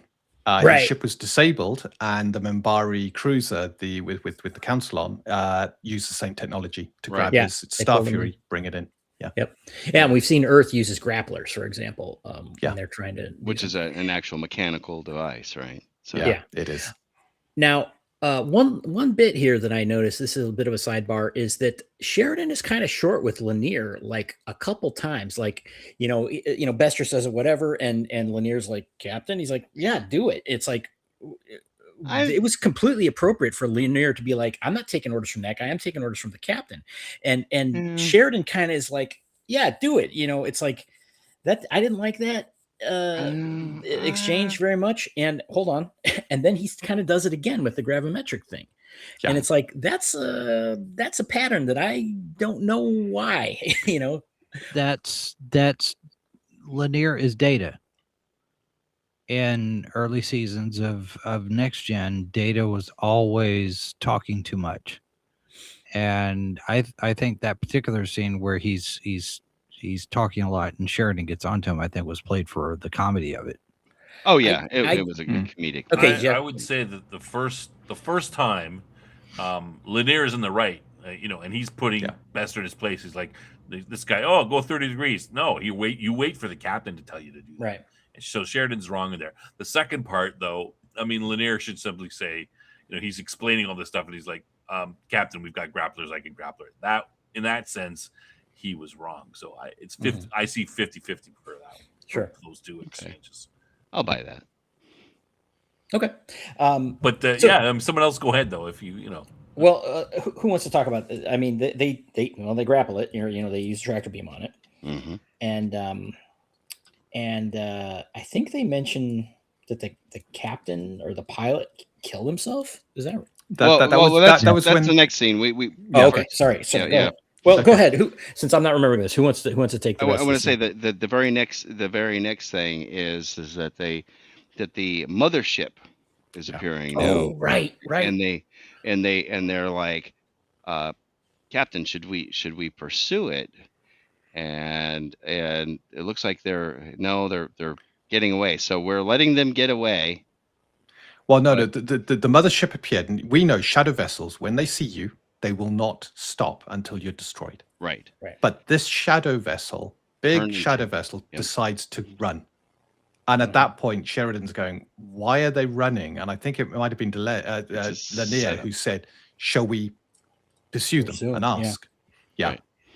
Right. Because this is again so much world building New in this information. episode. It's new Mhm. information. This shadow vessel, this thing could destroy the White Star very, very easily, and it's chosen not to. It's chosen to get out of there and leave them alone. Right. Yeah. Yeah. Good point. Excellent. I was forgetting that. Okay. Anything else in this scene before we go to the? Well, the next I'm one? not sure that it could have destroyed the White Star. I don't. I mean, it does run, and they are, kind of questioning it.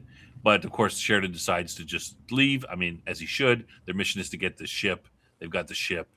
Get out of there.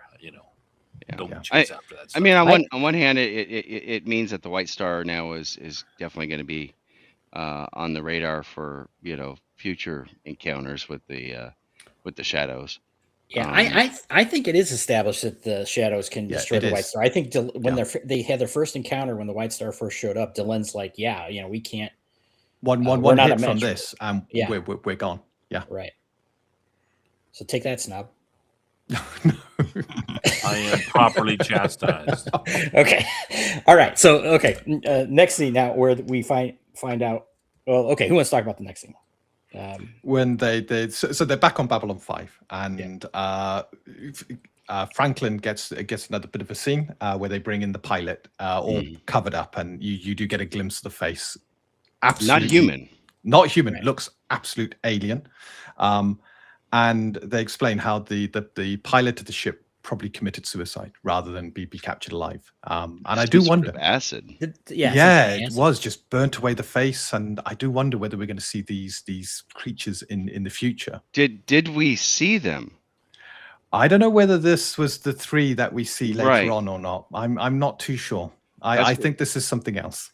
Do you? I'm wondering if they had the death by acid to not reveal whether they were the same. You know what I'm saying? Yeah. Specifically. Could have been. Yeah. It was a side shot, and it would look just like a big lump of, body Yeah, part type things. I couldn't get anything from it. In that No, case. the head looked more skull-like with all melted in the middle, so not too sure. Not too But sure. it definitely was not a human head either. No, It was definitely not. No, it was way too big. big. It was Yeah, elongated and and then the big reveal about what the cargo was. Right. Yeah, we had a shot where we saw a bunch of like cryo chambers or something. yeah.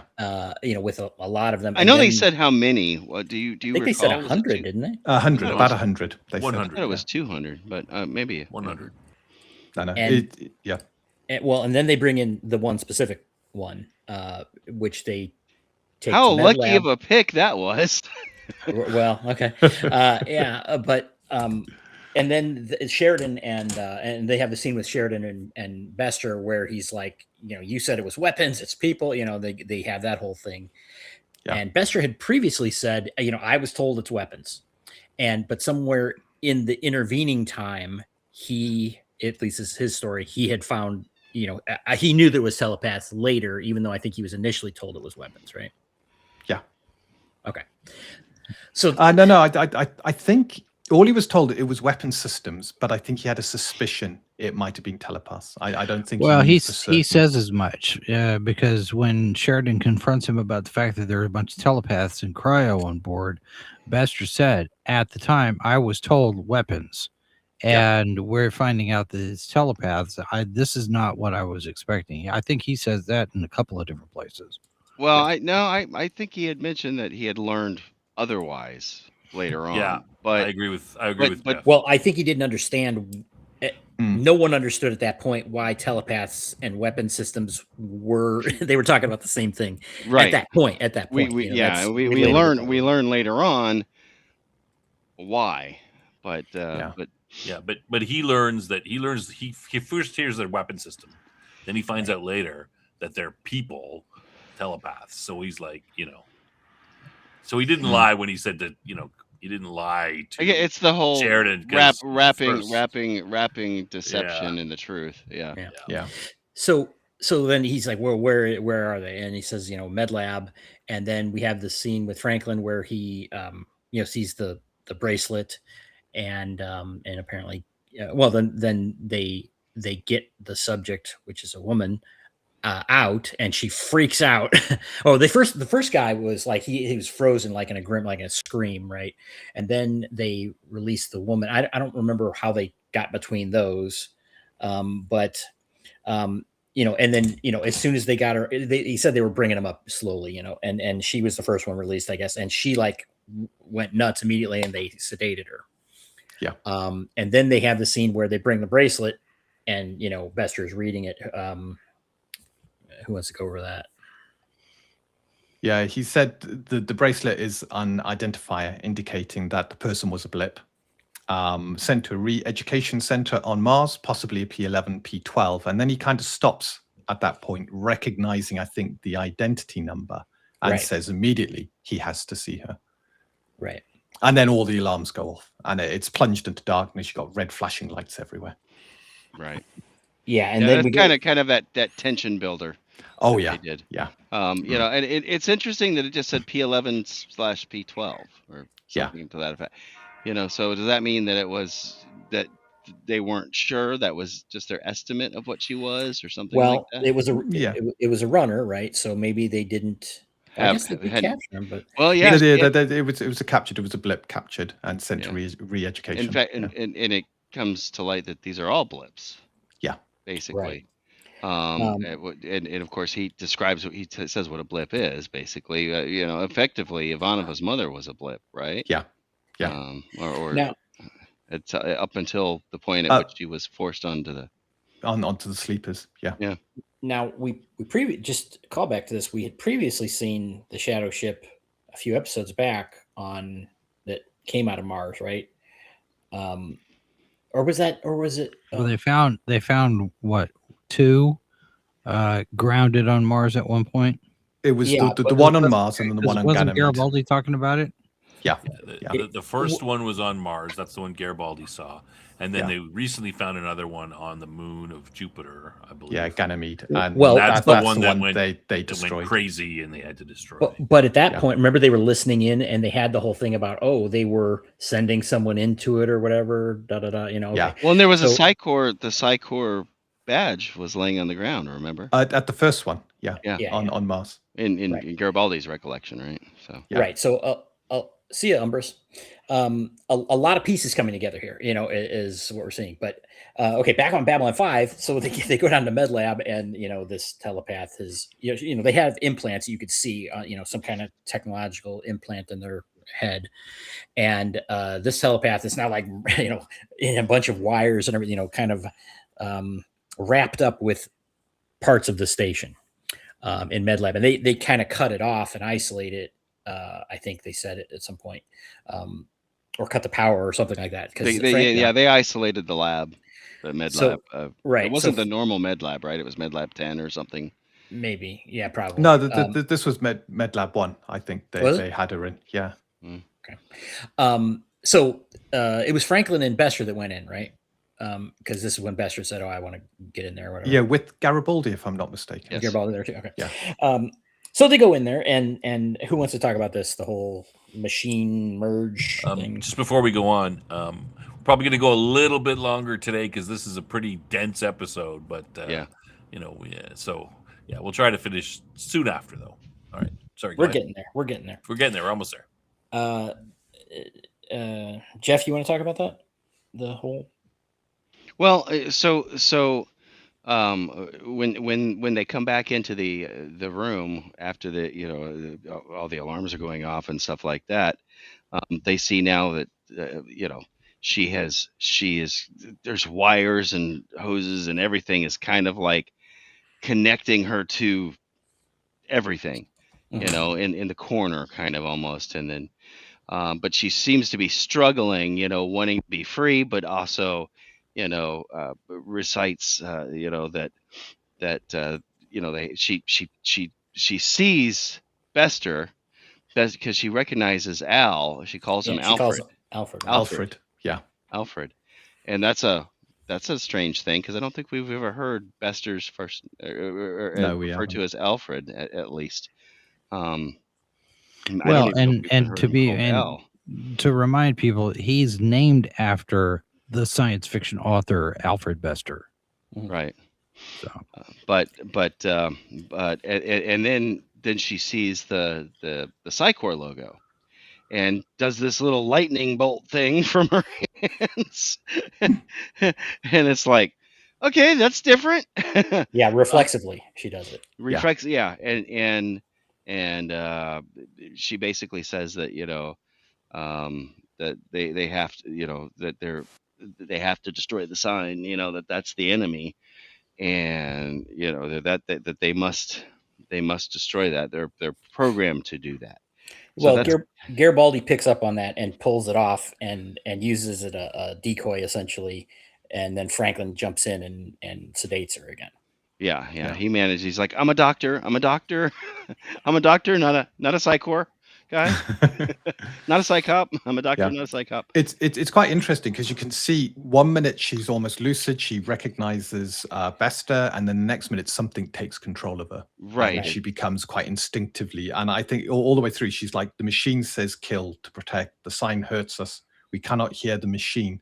In my mind, I am the machine, we join, we fight. It is terrible. Please make it stop talking in my mind. She's saying all these things as though something else is in there with her. Mm-hmm. Yeah. Yep. Yeah. So go ahead. Go ahead. No, that's right. I was just going to say, so we've now learned yet another valuable piece of information. They don't like the Psycor, at the very least, if not telepaths in general. The irony being that she is a telepath, right? Yeah. So this is it's a little confusing because I'm wondering. Okay, so they're using telepaths to connect to their ships, right? Right. Now we can put those pieces together. Yeah, those are their pilots, so to speak. Right. Right. But they are Control system. they are using various implants, and we do see this flashback with Bester. her. Bester sees in her mind when she's sedated, and he sees a humanoid figure at the center of like their fighters or their ships. Yeah. But we also see these aliens operating on her. The three aliens with the drills, and of course that really myopic camera that where it's trying to give you that sense of and she's screaming and so it's. So yeah, okay. So now the secret's revealed, right? They do this. Now, what's not clear to me is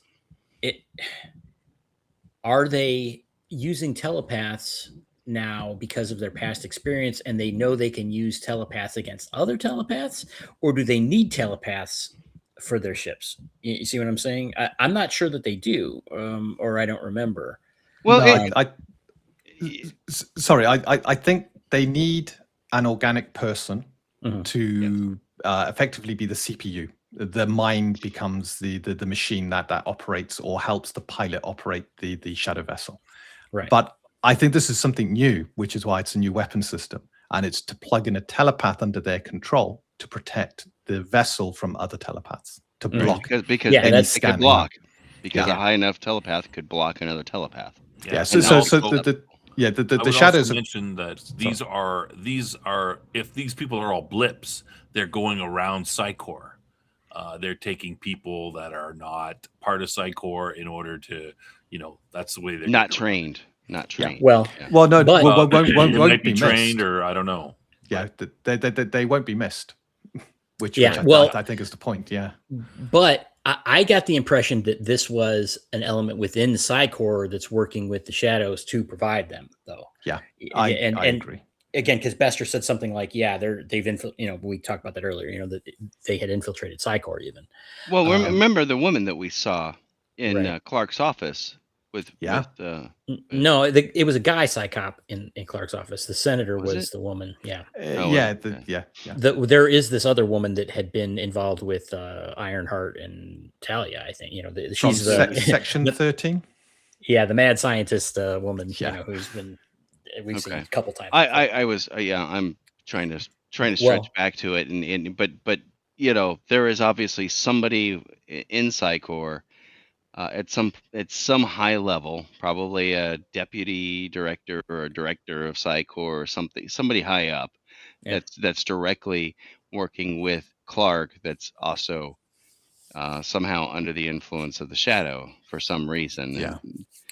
And we saw Bester work, involved with that woman in one of the other telepath, on the Mars thing when he was one of the other episodes where he came in. So it's like, is she the one? And she's like, she's working against Bester, even though she's apparently working with him. We don't know yet, but anyway, so it's all very interesting developments here. Yeah, I think more is going to get built out. I think this is Yeah. just kind of a. By the way, there's more than you know. Well, sure. I think this shows the evolution of the Shadows as well, because we learn at the end that the Shadows just destroyed all the telepaths on Narn, apart from Jaquan, and got driven out because of telepaths. And now, in this 1,000 years later, in this cycle of war, they actually infiltrated an organization that had telepaths, so that the telepaths wouldn't be at war, so they could then use the telepaths to try and bolster and protect themselves from a weakness they suffered from before. They've learned their weaknesses. Exactly. And I think this is a beautiful thing. It also raises a question, which is, I believe we already know that telepaths are kind of, we know when Lita went to the Vorlon world, her telepathic abilities were strengthened. So the Vorlons and the telepaths seem to be tied together. And the Shadows seem to then be the opposite side of that coin, where they just can't have telepaths. They can't develop that kind of gene. And it's a weakness to them. So they found a way around one of their weaknesses. Right. Now that's an interesting connection that I did not make, because it is. I mean, I think you're right, but it means we could just put a P something on every ship and just blast any Shadow ship somehow when it showed up. Well, without- they would at They least didn't have the telepath. at least They didn't have the get- telepath. They would be confused or whatever. At something. the least, or they'd run away. Bester should be getting all his buddies and putting them on Earth ships and. Oh no, protecting he them that doesn't way. want his buddies on the front line. Remember? No. He doesn't want to. He doesn't want to risk any of his future elite people. Yeah. So. Okay, so now then we've got this issue, where Bester reveals, about Caroline here that, obviously she knew him, and we learn, and I'm just going to summarize this quickly since we're running late here. Basically, this is his wife or not wife, but His lover. His lover. Right? This is the woman that he is in love with. I thought you had a wife and child. Right. That's he says that was an arranged marriage, basically, for whatever reason. Right. And he goes on about how, she was captured and everything, and then he, love at first sight, kind of fell for her, and then he tried to help her essentially, and even tried to get her on the blockers so she could. Now that seems a little strange. Yeah. Especially since she's like a P11 or P12. Yeah, I'm not sure why she would go along with that, but on the blockers, she's pregnant with his child too, so that's which is a very recent development. I think it was 4 weeks. Yeah. She's been gone for 4 weeks. Right. And this is where we have the discussion that Bester reveals even he has limits. He couldn't get her out of that program. Right. He couldn't free her unless she went on the blockers or agreed to join Cycle. Yeah. Right. And of course, and she refused. This Yeah. Right. But this program where they were funneling them to the shadows was already going on too. So that was probably another bit of the puzzle, that he might have, that he wasn't aware of. Yeah. Were they funneling or were they kidnapping? That's the Well, big question. I mean, one was way or Psychor another. I mean, kidnapping and then feeding them to the shadows, or I were the think that shadows was actually out grabbing them and taking them? no. No, I I got the think impression Psychor. it Yeah. was an You element think within Psychor Psychor. is feeding them? Okay. Yeah, definitely. So then, we have this, this kind of this big ending here where, and if I'm missing anything, you guys can let me know. But where he's like, all right, that's it. I will do anything to save her. Your war is my war, and and basically, I'll do whatever you want. I mean, which again is like a massive, revelation for Bester. This is the heartless, psychopath, um, sociopath maybe, that you don't see anything, and then it's just like, and then he's just like, nope, this is the thing I care about, and I will do whatever. It's even presumably sacrificing his own Yeah. plans So or if you can, offsetting them. yeah, he said if you can save her, I'll do anything. Your Right. war is now my war. Yeah. So. Yeah. So this is again another boulder thrown in the pool, kind of thing. A big revelation. Yeah, I think that was a beautiful scene because Best has always been shown cold, heartless, and you see him reveal his inner self. His acting is superb. Talking about how she's the single brightest light in his existence. Yes. And it's an amazing scene. I thought it was fantastically done. And I don't know about you. You hate Bester at the start, and I think you have a lot of sympathy with them by the end of this episode. Mm-hmm. Did you believe everything that Bester said there? Oh yeah. I kind of did. Yeah. That's the I thing think it with was Bester genuine. is he comes across very disarming at times. Like when he was working with Garibaldi on that one thing, it's like, oh, Mr. Garibaldi, blah, blah. I mean, he's a manipulator. There's no doubt about it. Mhm. But he's a good manipulator. So you kind of do believe it. I agree. I kind of did too. It does show a vulnerability. He has a vulnerability because we don't know, and we don't find out what happens to her at this point. No. We were kind of left hanging on that one, and I think that's No, deliberate. he says, doesn't he say something that they got her, like they sedate her and They're they're going to Well, I put her think back they in were gonna- cryo. Yeah. They're going to do something. They don't say that she's perfect. No, they're going to try and she's- help her, no. but they don't have the means. Yeah, they're gonna to try and know. help Yeah, her. he said he'll wait as long as it takes. Yeah. Mhm. I'm still a little bit, I mean, I agree that Bester sold it well, and it seemed like he's telling the truth and everything, but I'm still a little bit, there's a bit of me that says, Well, you can't maybe trust there's him any something going further on. than you can throw him out an airlock. But Yeah. I think he's genuine in this regards. And then we've got all the other people that are on the ship too that we don't know what their status is. I think we're going to have to. I think we might see at some point, and it may be just a passing drop, or it may be something. It may be a doc episode, where he's trying to figure out how to remove these cybernetic implants or whatever, or to so that they're no longer dangerous. But theoretically, I don't think Bester took these 100 people with him. No, he didn't. So he's got nowhere to put them. He can't trust people in Psychor. he only has a Star Fury, right? Exactly. Yeah. Babylon 5 is probably the best place for them to be kept. Which and gives- I'm assuming Bester's staying there, like he's not leaving. No. I think he left. We does don't know leave. that he left. Yeah. no, think- you see a Star Fury. Leave. Leave. Yeah. Yeah, And- I think this gives him a reason to try to protect Babylon 5 though as well. Exactly. Yeah. Because his beloved is there, and they are going to do and he knows that they're genuinely good people. He may not be a good person, but he knows that they are going to do what is right for her and the rest of these telepaths that are in stasis, and they're going to have to come up with some way to remove this technology or to subdue it or at least defeat its programming. that tries to take them, take it over them and whatnot. So, but it also gives us a potential resource for people who might be willing to, yes, we're going to fight these people. And so maybe we'll get the Vorlons involved. Maybe the Vorlons will help out with trying to remove this technology that was, who knows? There's, again, it's a hanging thing for a future episode, I think. Yeah. So.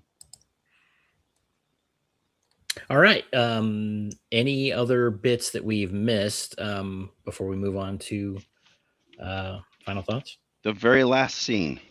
Yeah. Go ahead. So the very last scene is it now comes out that the shadows are attacking the Baraki space Right. openly. So the shadows are now moving openly, attacking a place, and I think you actually kind of see a little bit of that. Yeah. And then that's kind of the end of the episode. Yeah. It cuts to the end right at that point. So. Look, Madman just typed it while I was saying it. The war has now it's a proper war. It's no longer proper war. Yeah. Covert. This is it. It's turned from a cold war into a hot war. Yeah. So. Yeah. All right. Stop. Okay. Final. So no one. We didn't miss any points. So final thoughts. You want to start with Dean. Jason and go around. Jason, Jeff, Dean. Rate the show. Any last? Yeah, so I'd say 7.5, 8 out of 10. It's a pretty good, solid episode. I like where we're at with Jakar. It just hit me. Londo's not in this episode. I don't think, is he? No, he's not. I think we have the beginning of a new arc between Delenn and Jakar. Of course, you've got the fact that now the war is out there in the open and public. I would expect that means that we'll see Mr. Morden again fairly soon. I like Bester's character. Anytime Kenny comes back in and shows up on the show, I know it's going to be a solid episode. I like the new set, the new standing set. It reminds me of that question. Is like, well, why when in the first season of Star Trek, when you've got these people stranded down on the planet, why didn't they send a shuttlecraft? Well, they didn't build it yet.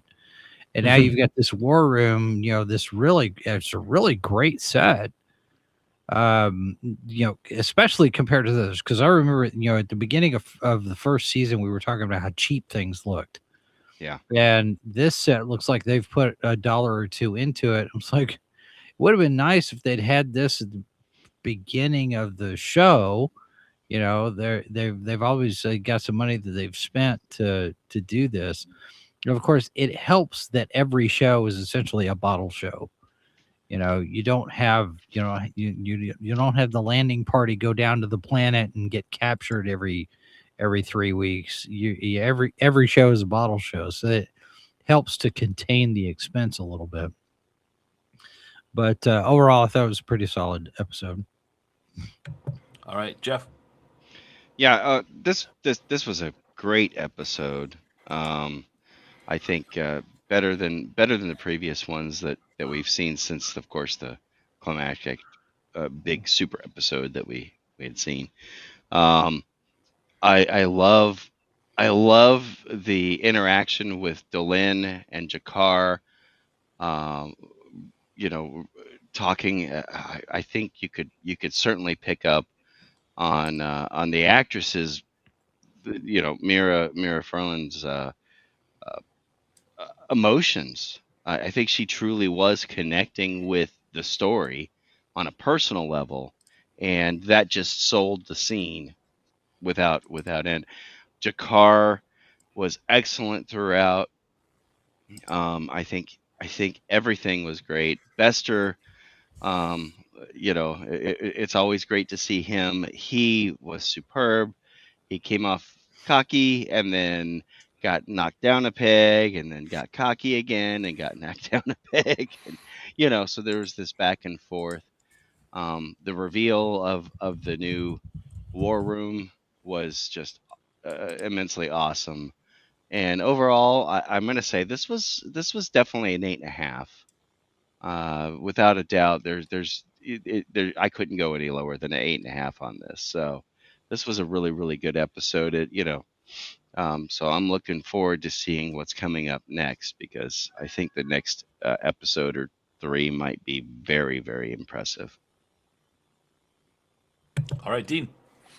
Yeah, this is a great episode. The acting is superb. One of the scenes I absolutely love, didn't get to talk about it at the time, is the emotional exchange Jakar went through when talking to Delenn. And you just saw it in his face, from absolute anger and hatred to soften, then to the memory of what he's being told. Some must be sacrificed so all can be saved. And then Bester talking about his lover and his child, and that air of vulnerability you've got in the acting. This is a great episode. Lots of lore dump in this. We understand so much more now about the Babylon 5 universe. We understand a lot more about the shadows, what they're doing, and telepaths. So fantastic episode, and finishes on a real high, which is the war is now officially started. It's been going on, but it's official. The shadows are moving and attacking. So brilliant build episode, a solid 8.5. I agree with Jeff. I agree with Q2. It's definitely an 8.5 out of 10. Great episode, setting us up for what's to come. Okay, Cam. All right. I watched this episode and I thought, oh, that's pretty good. And it was one of those episodes, and I'm like, oh, I can't wait to watch the next one. I'm not doing that because I'm, piecing it out, but I really wanted to. I don't disagree with anything anybody says the ratings, but I'm sitting here and I was like, I'm thinking, maybe an 8. And then, but based on our discussion and the things, revealed in this, it's like, by the way I rate this has to be at least a 9, because it is just chock full of information and revelations and things pointing to the future.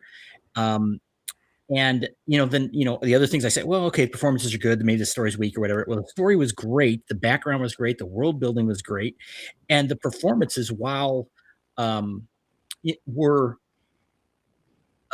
very welcomely, is that a word? Were subtle but powerful. I mean, it's like this might have been one of the best set of performances and portrayals that I've seen in the show. It's not point and overturn or something like that. This is huge flashy bangers, but this was really solid. I mean, to the point of where I can't really criticize it at all. So I'm going to stick with that 9. I think. That's not unfair. That's not unfair. I think that's a good assessment. Yeah. And the discussion here made me like it more. You guys pointed out things that are like, yeah, I kind of glossed over that, or I forgot it, or wasn't paying enough attention. So yeah, I loved it. 9. That's crazy talk. Crazy. All right. Especially from Cam, who eats everything. Come on. I don't. I can't disagree with anything that anybody said. I was going to give it an 8, just to be give a little bit to of be space. snob. Be a snob. Be a little, give a little space to go up. But you guys have basically driven me to an 8.5. So I think 8.5 is good. This is an excellent episode. Nothing bad to say. Everyone's mentioned it. Great performances, great story. I'm just giving a little space just for what's coming. So I'm the highest rating. I know, that's a miracle, right?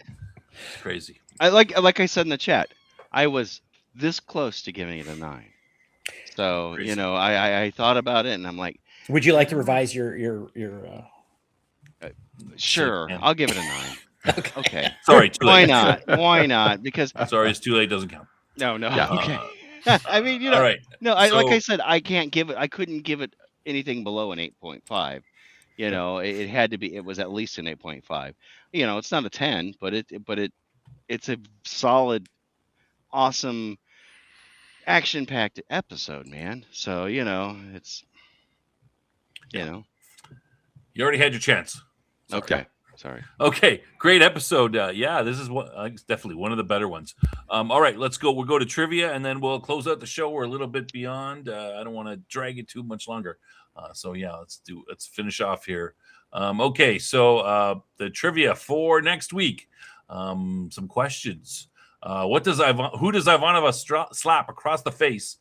Some of these are pretty easy. What is the Psychor slang for a rogue telepath? We mentioned that. Who thumps the Book of Jaquan? Who is in the hold of the ship the White Star intercepts? And at the end of the episode, which race's space is openly attacked by the not attached, by the shadows attacked? I think we mentioned all of them. We mentioned all those. I didn't know if we would mention the last one, but we did. I brought it up. You brought it up, so there you blame Jeff. He broke the. It's all right. fault. Excellent. Okay, what's coming up, Jason, on your show? Tomorrow and Friday, I think we're on our regular schedule, maybe 1 p.m. Eastern. Tomorrow we'll probably maybe look at the Harry Potter stuff that's come out. I don't know. We got to go through some news headlines. I've got to catch up on that, and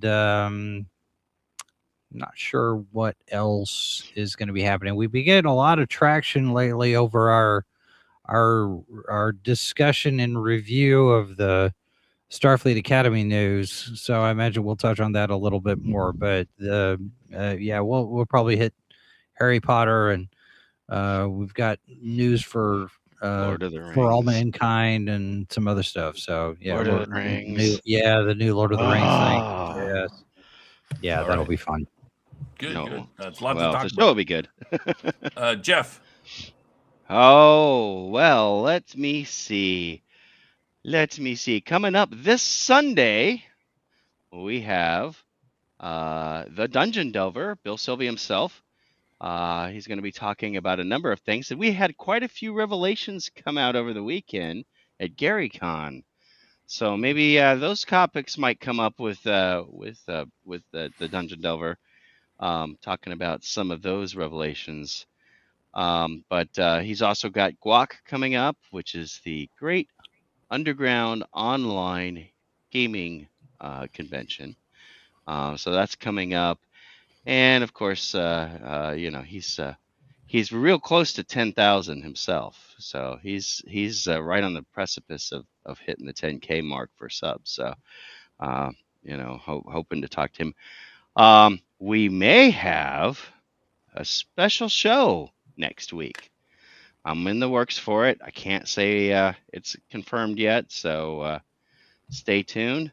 But that's what's going on next week. Of course, I got my game on Mondays too at 8:00 on Mondays, and that'll be fun. We're gonna see if I can kill any players. I mean the characters in my Shadow Dark game that I'm running. So stay tuned, and I definitely will be announcing once I get confirmation if that's going to happen next week. So excited. All right. Excellent. Dean.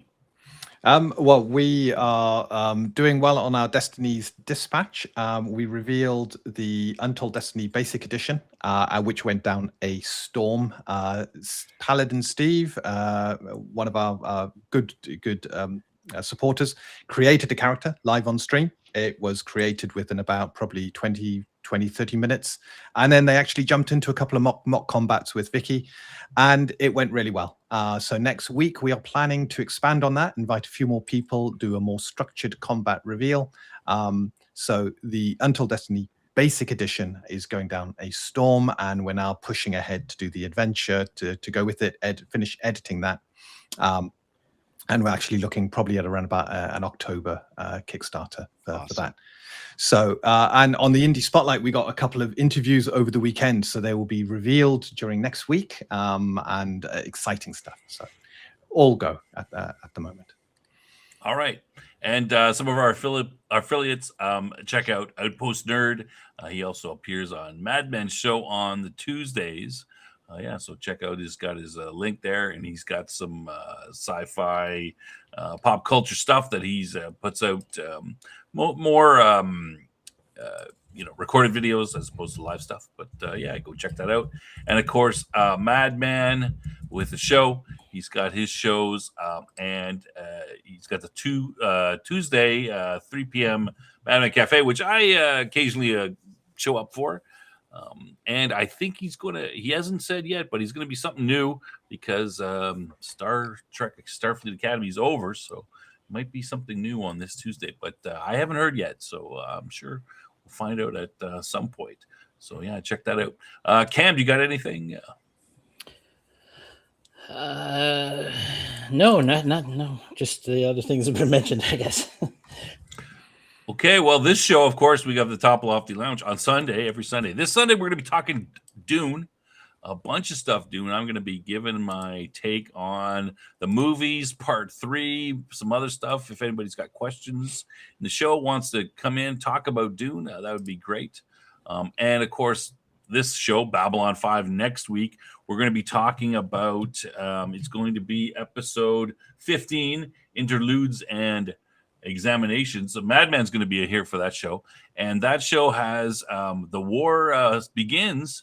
We've got Morden in there. We've got Londo is there, and something with an old flame of his. And also, I should mention, not next week, but 2 weeks from now, we have War Without Ends, part 1 and 2. And as we've said before, we're going to be doing that. That show's going to start an hour early. And it's going to be normally the show's about 2 hours. We're probably going to go 3 hours because, as I said, it's both episodes are there. So start a little bit early, see how we go. Try not to go over 3 hours. Yeah, we're going to do both parts, War Without End, and I hear that is a pretty good episode. So, the next episode, the one for next Wednesday, has a commentary track, so that means I got to watch it 3 times. All right. Because, if it's got a commentary track from JMS, it usually means it's a pretty important episode. So watch it after our show. Watch the commentary after the show. No, yeah. I'm going to need a new notepad. We want your opinions, Jeff. That sounds like a personal problem. Well, I mean, look at this. I'm almost done with my notepad, man. It's somebody take up a collection for Jeff's notepad. Yeah, I think I have one. No. I got 3 pages left in this notepad, so I'm gonna need to get a new notepad. I gotta go. When is school start? Oh shoot, it's already going on. All right. Okay. Bye. So I think that's all we have. That's stay tuned for what's coming up, and hopefully we shall see you next week. Did I miss anything, guys? Nothing. I think you got it all. All right. Thanks for coming, everybody. Please like and subscribe on your way out. Give us a little bump up in the algorithm. We'd appreciate it. Thanks, everyone. See you next week. Like, subscribe, follow everybody. Thanks. Good night, everyone. Good night. Good evening. Ambassador Lando Molari here from Babylon 5. Please join me on the Babylon 5 retrospective on Science Fiction Snob, Wednesdays at 10 p.m. Central. Yes? Have I ever told you you're very cute for a Mambari?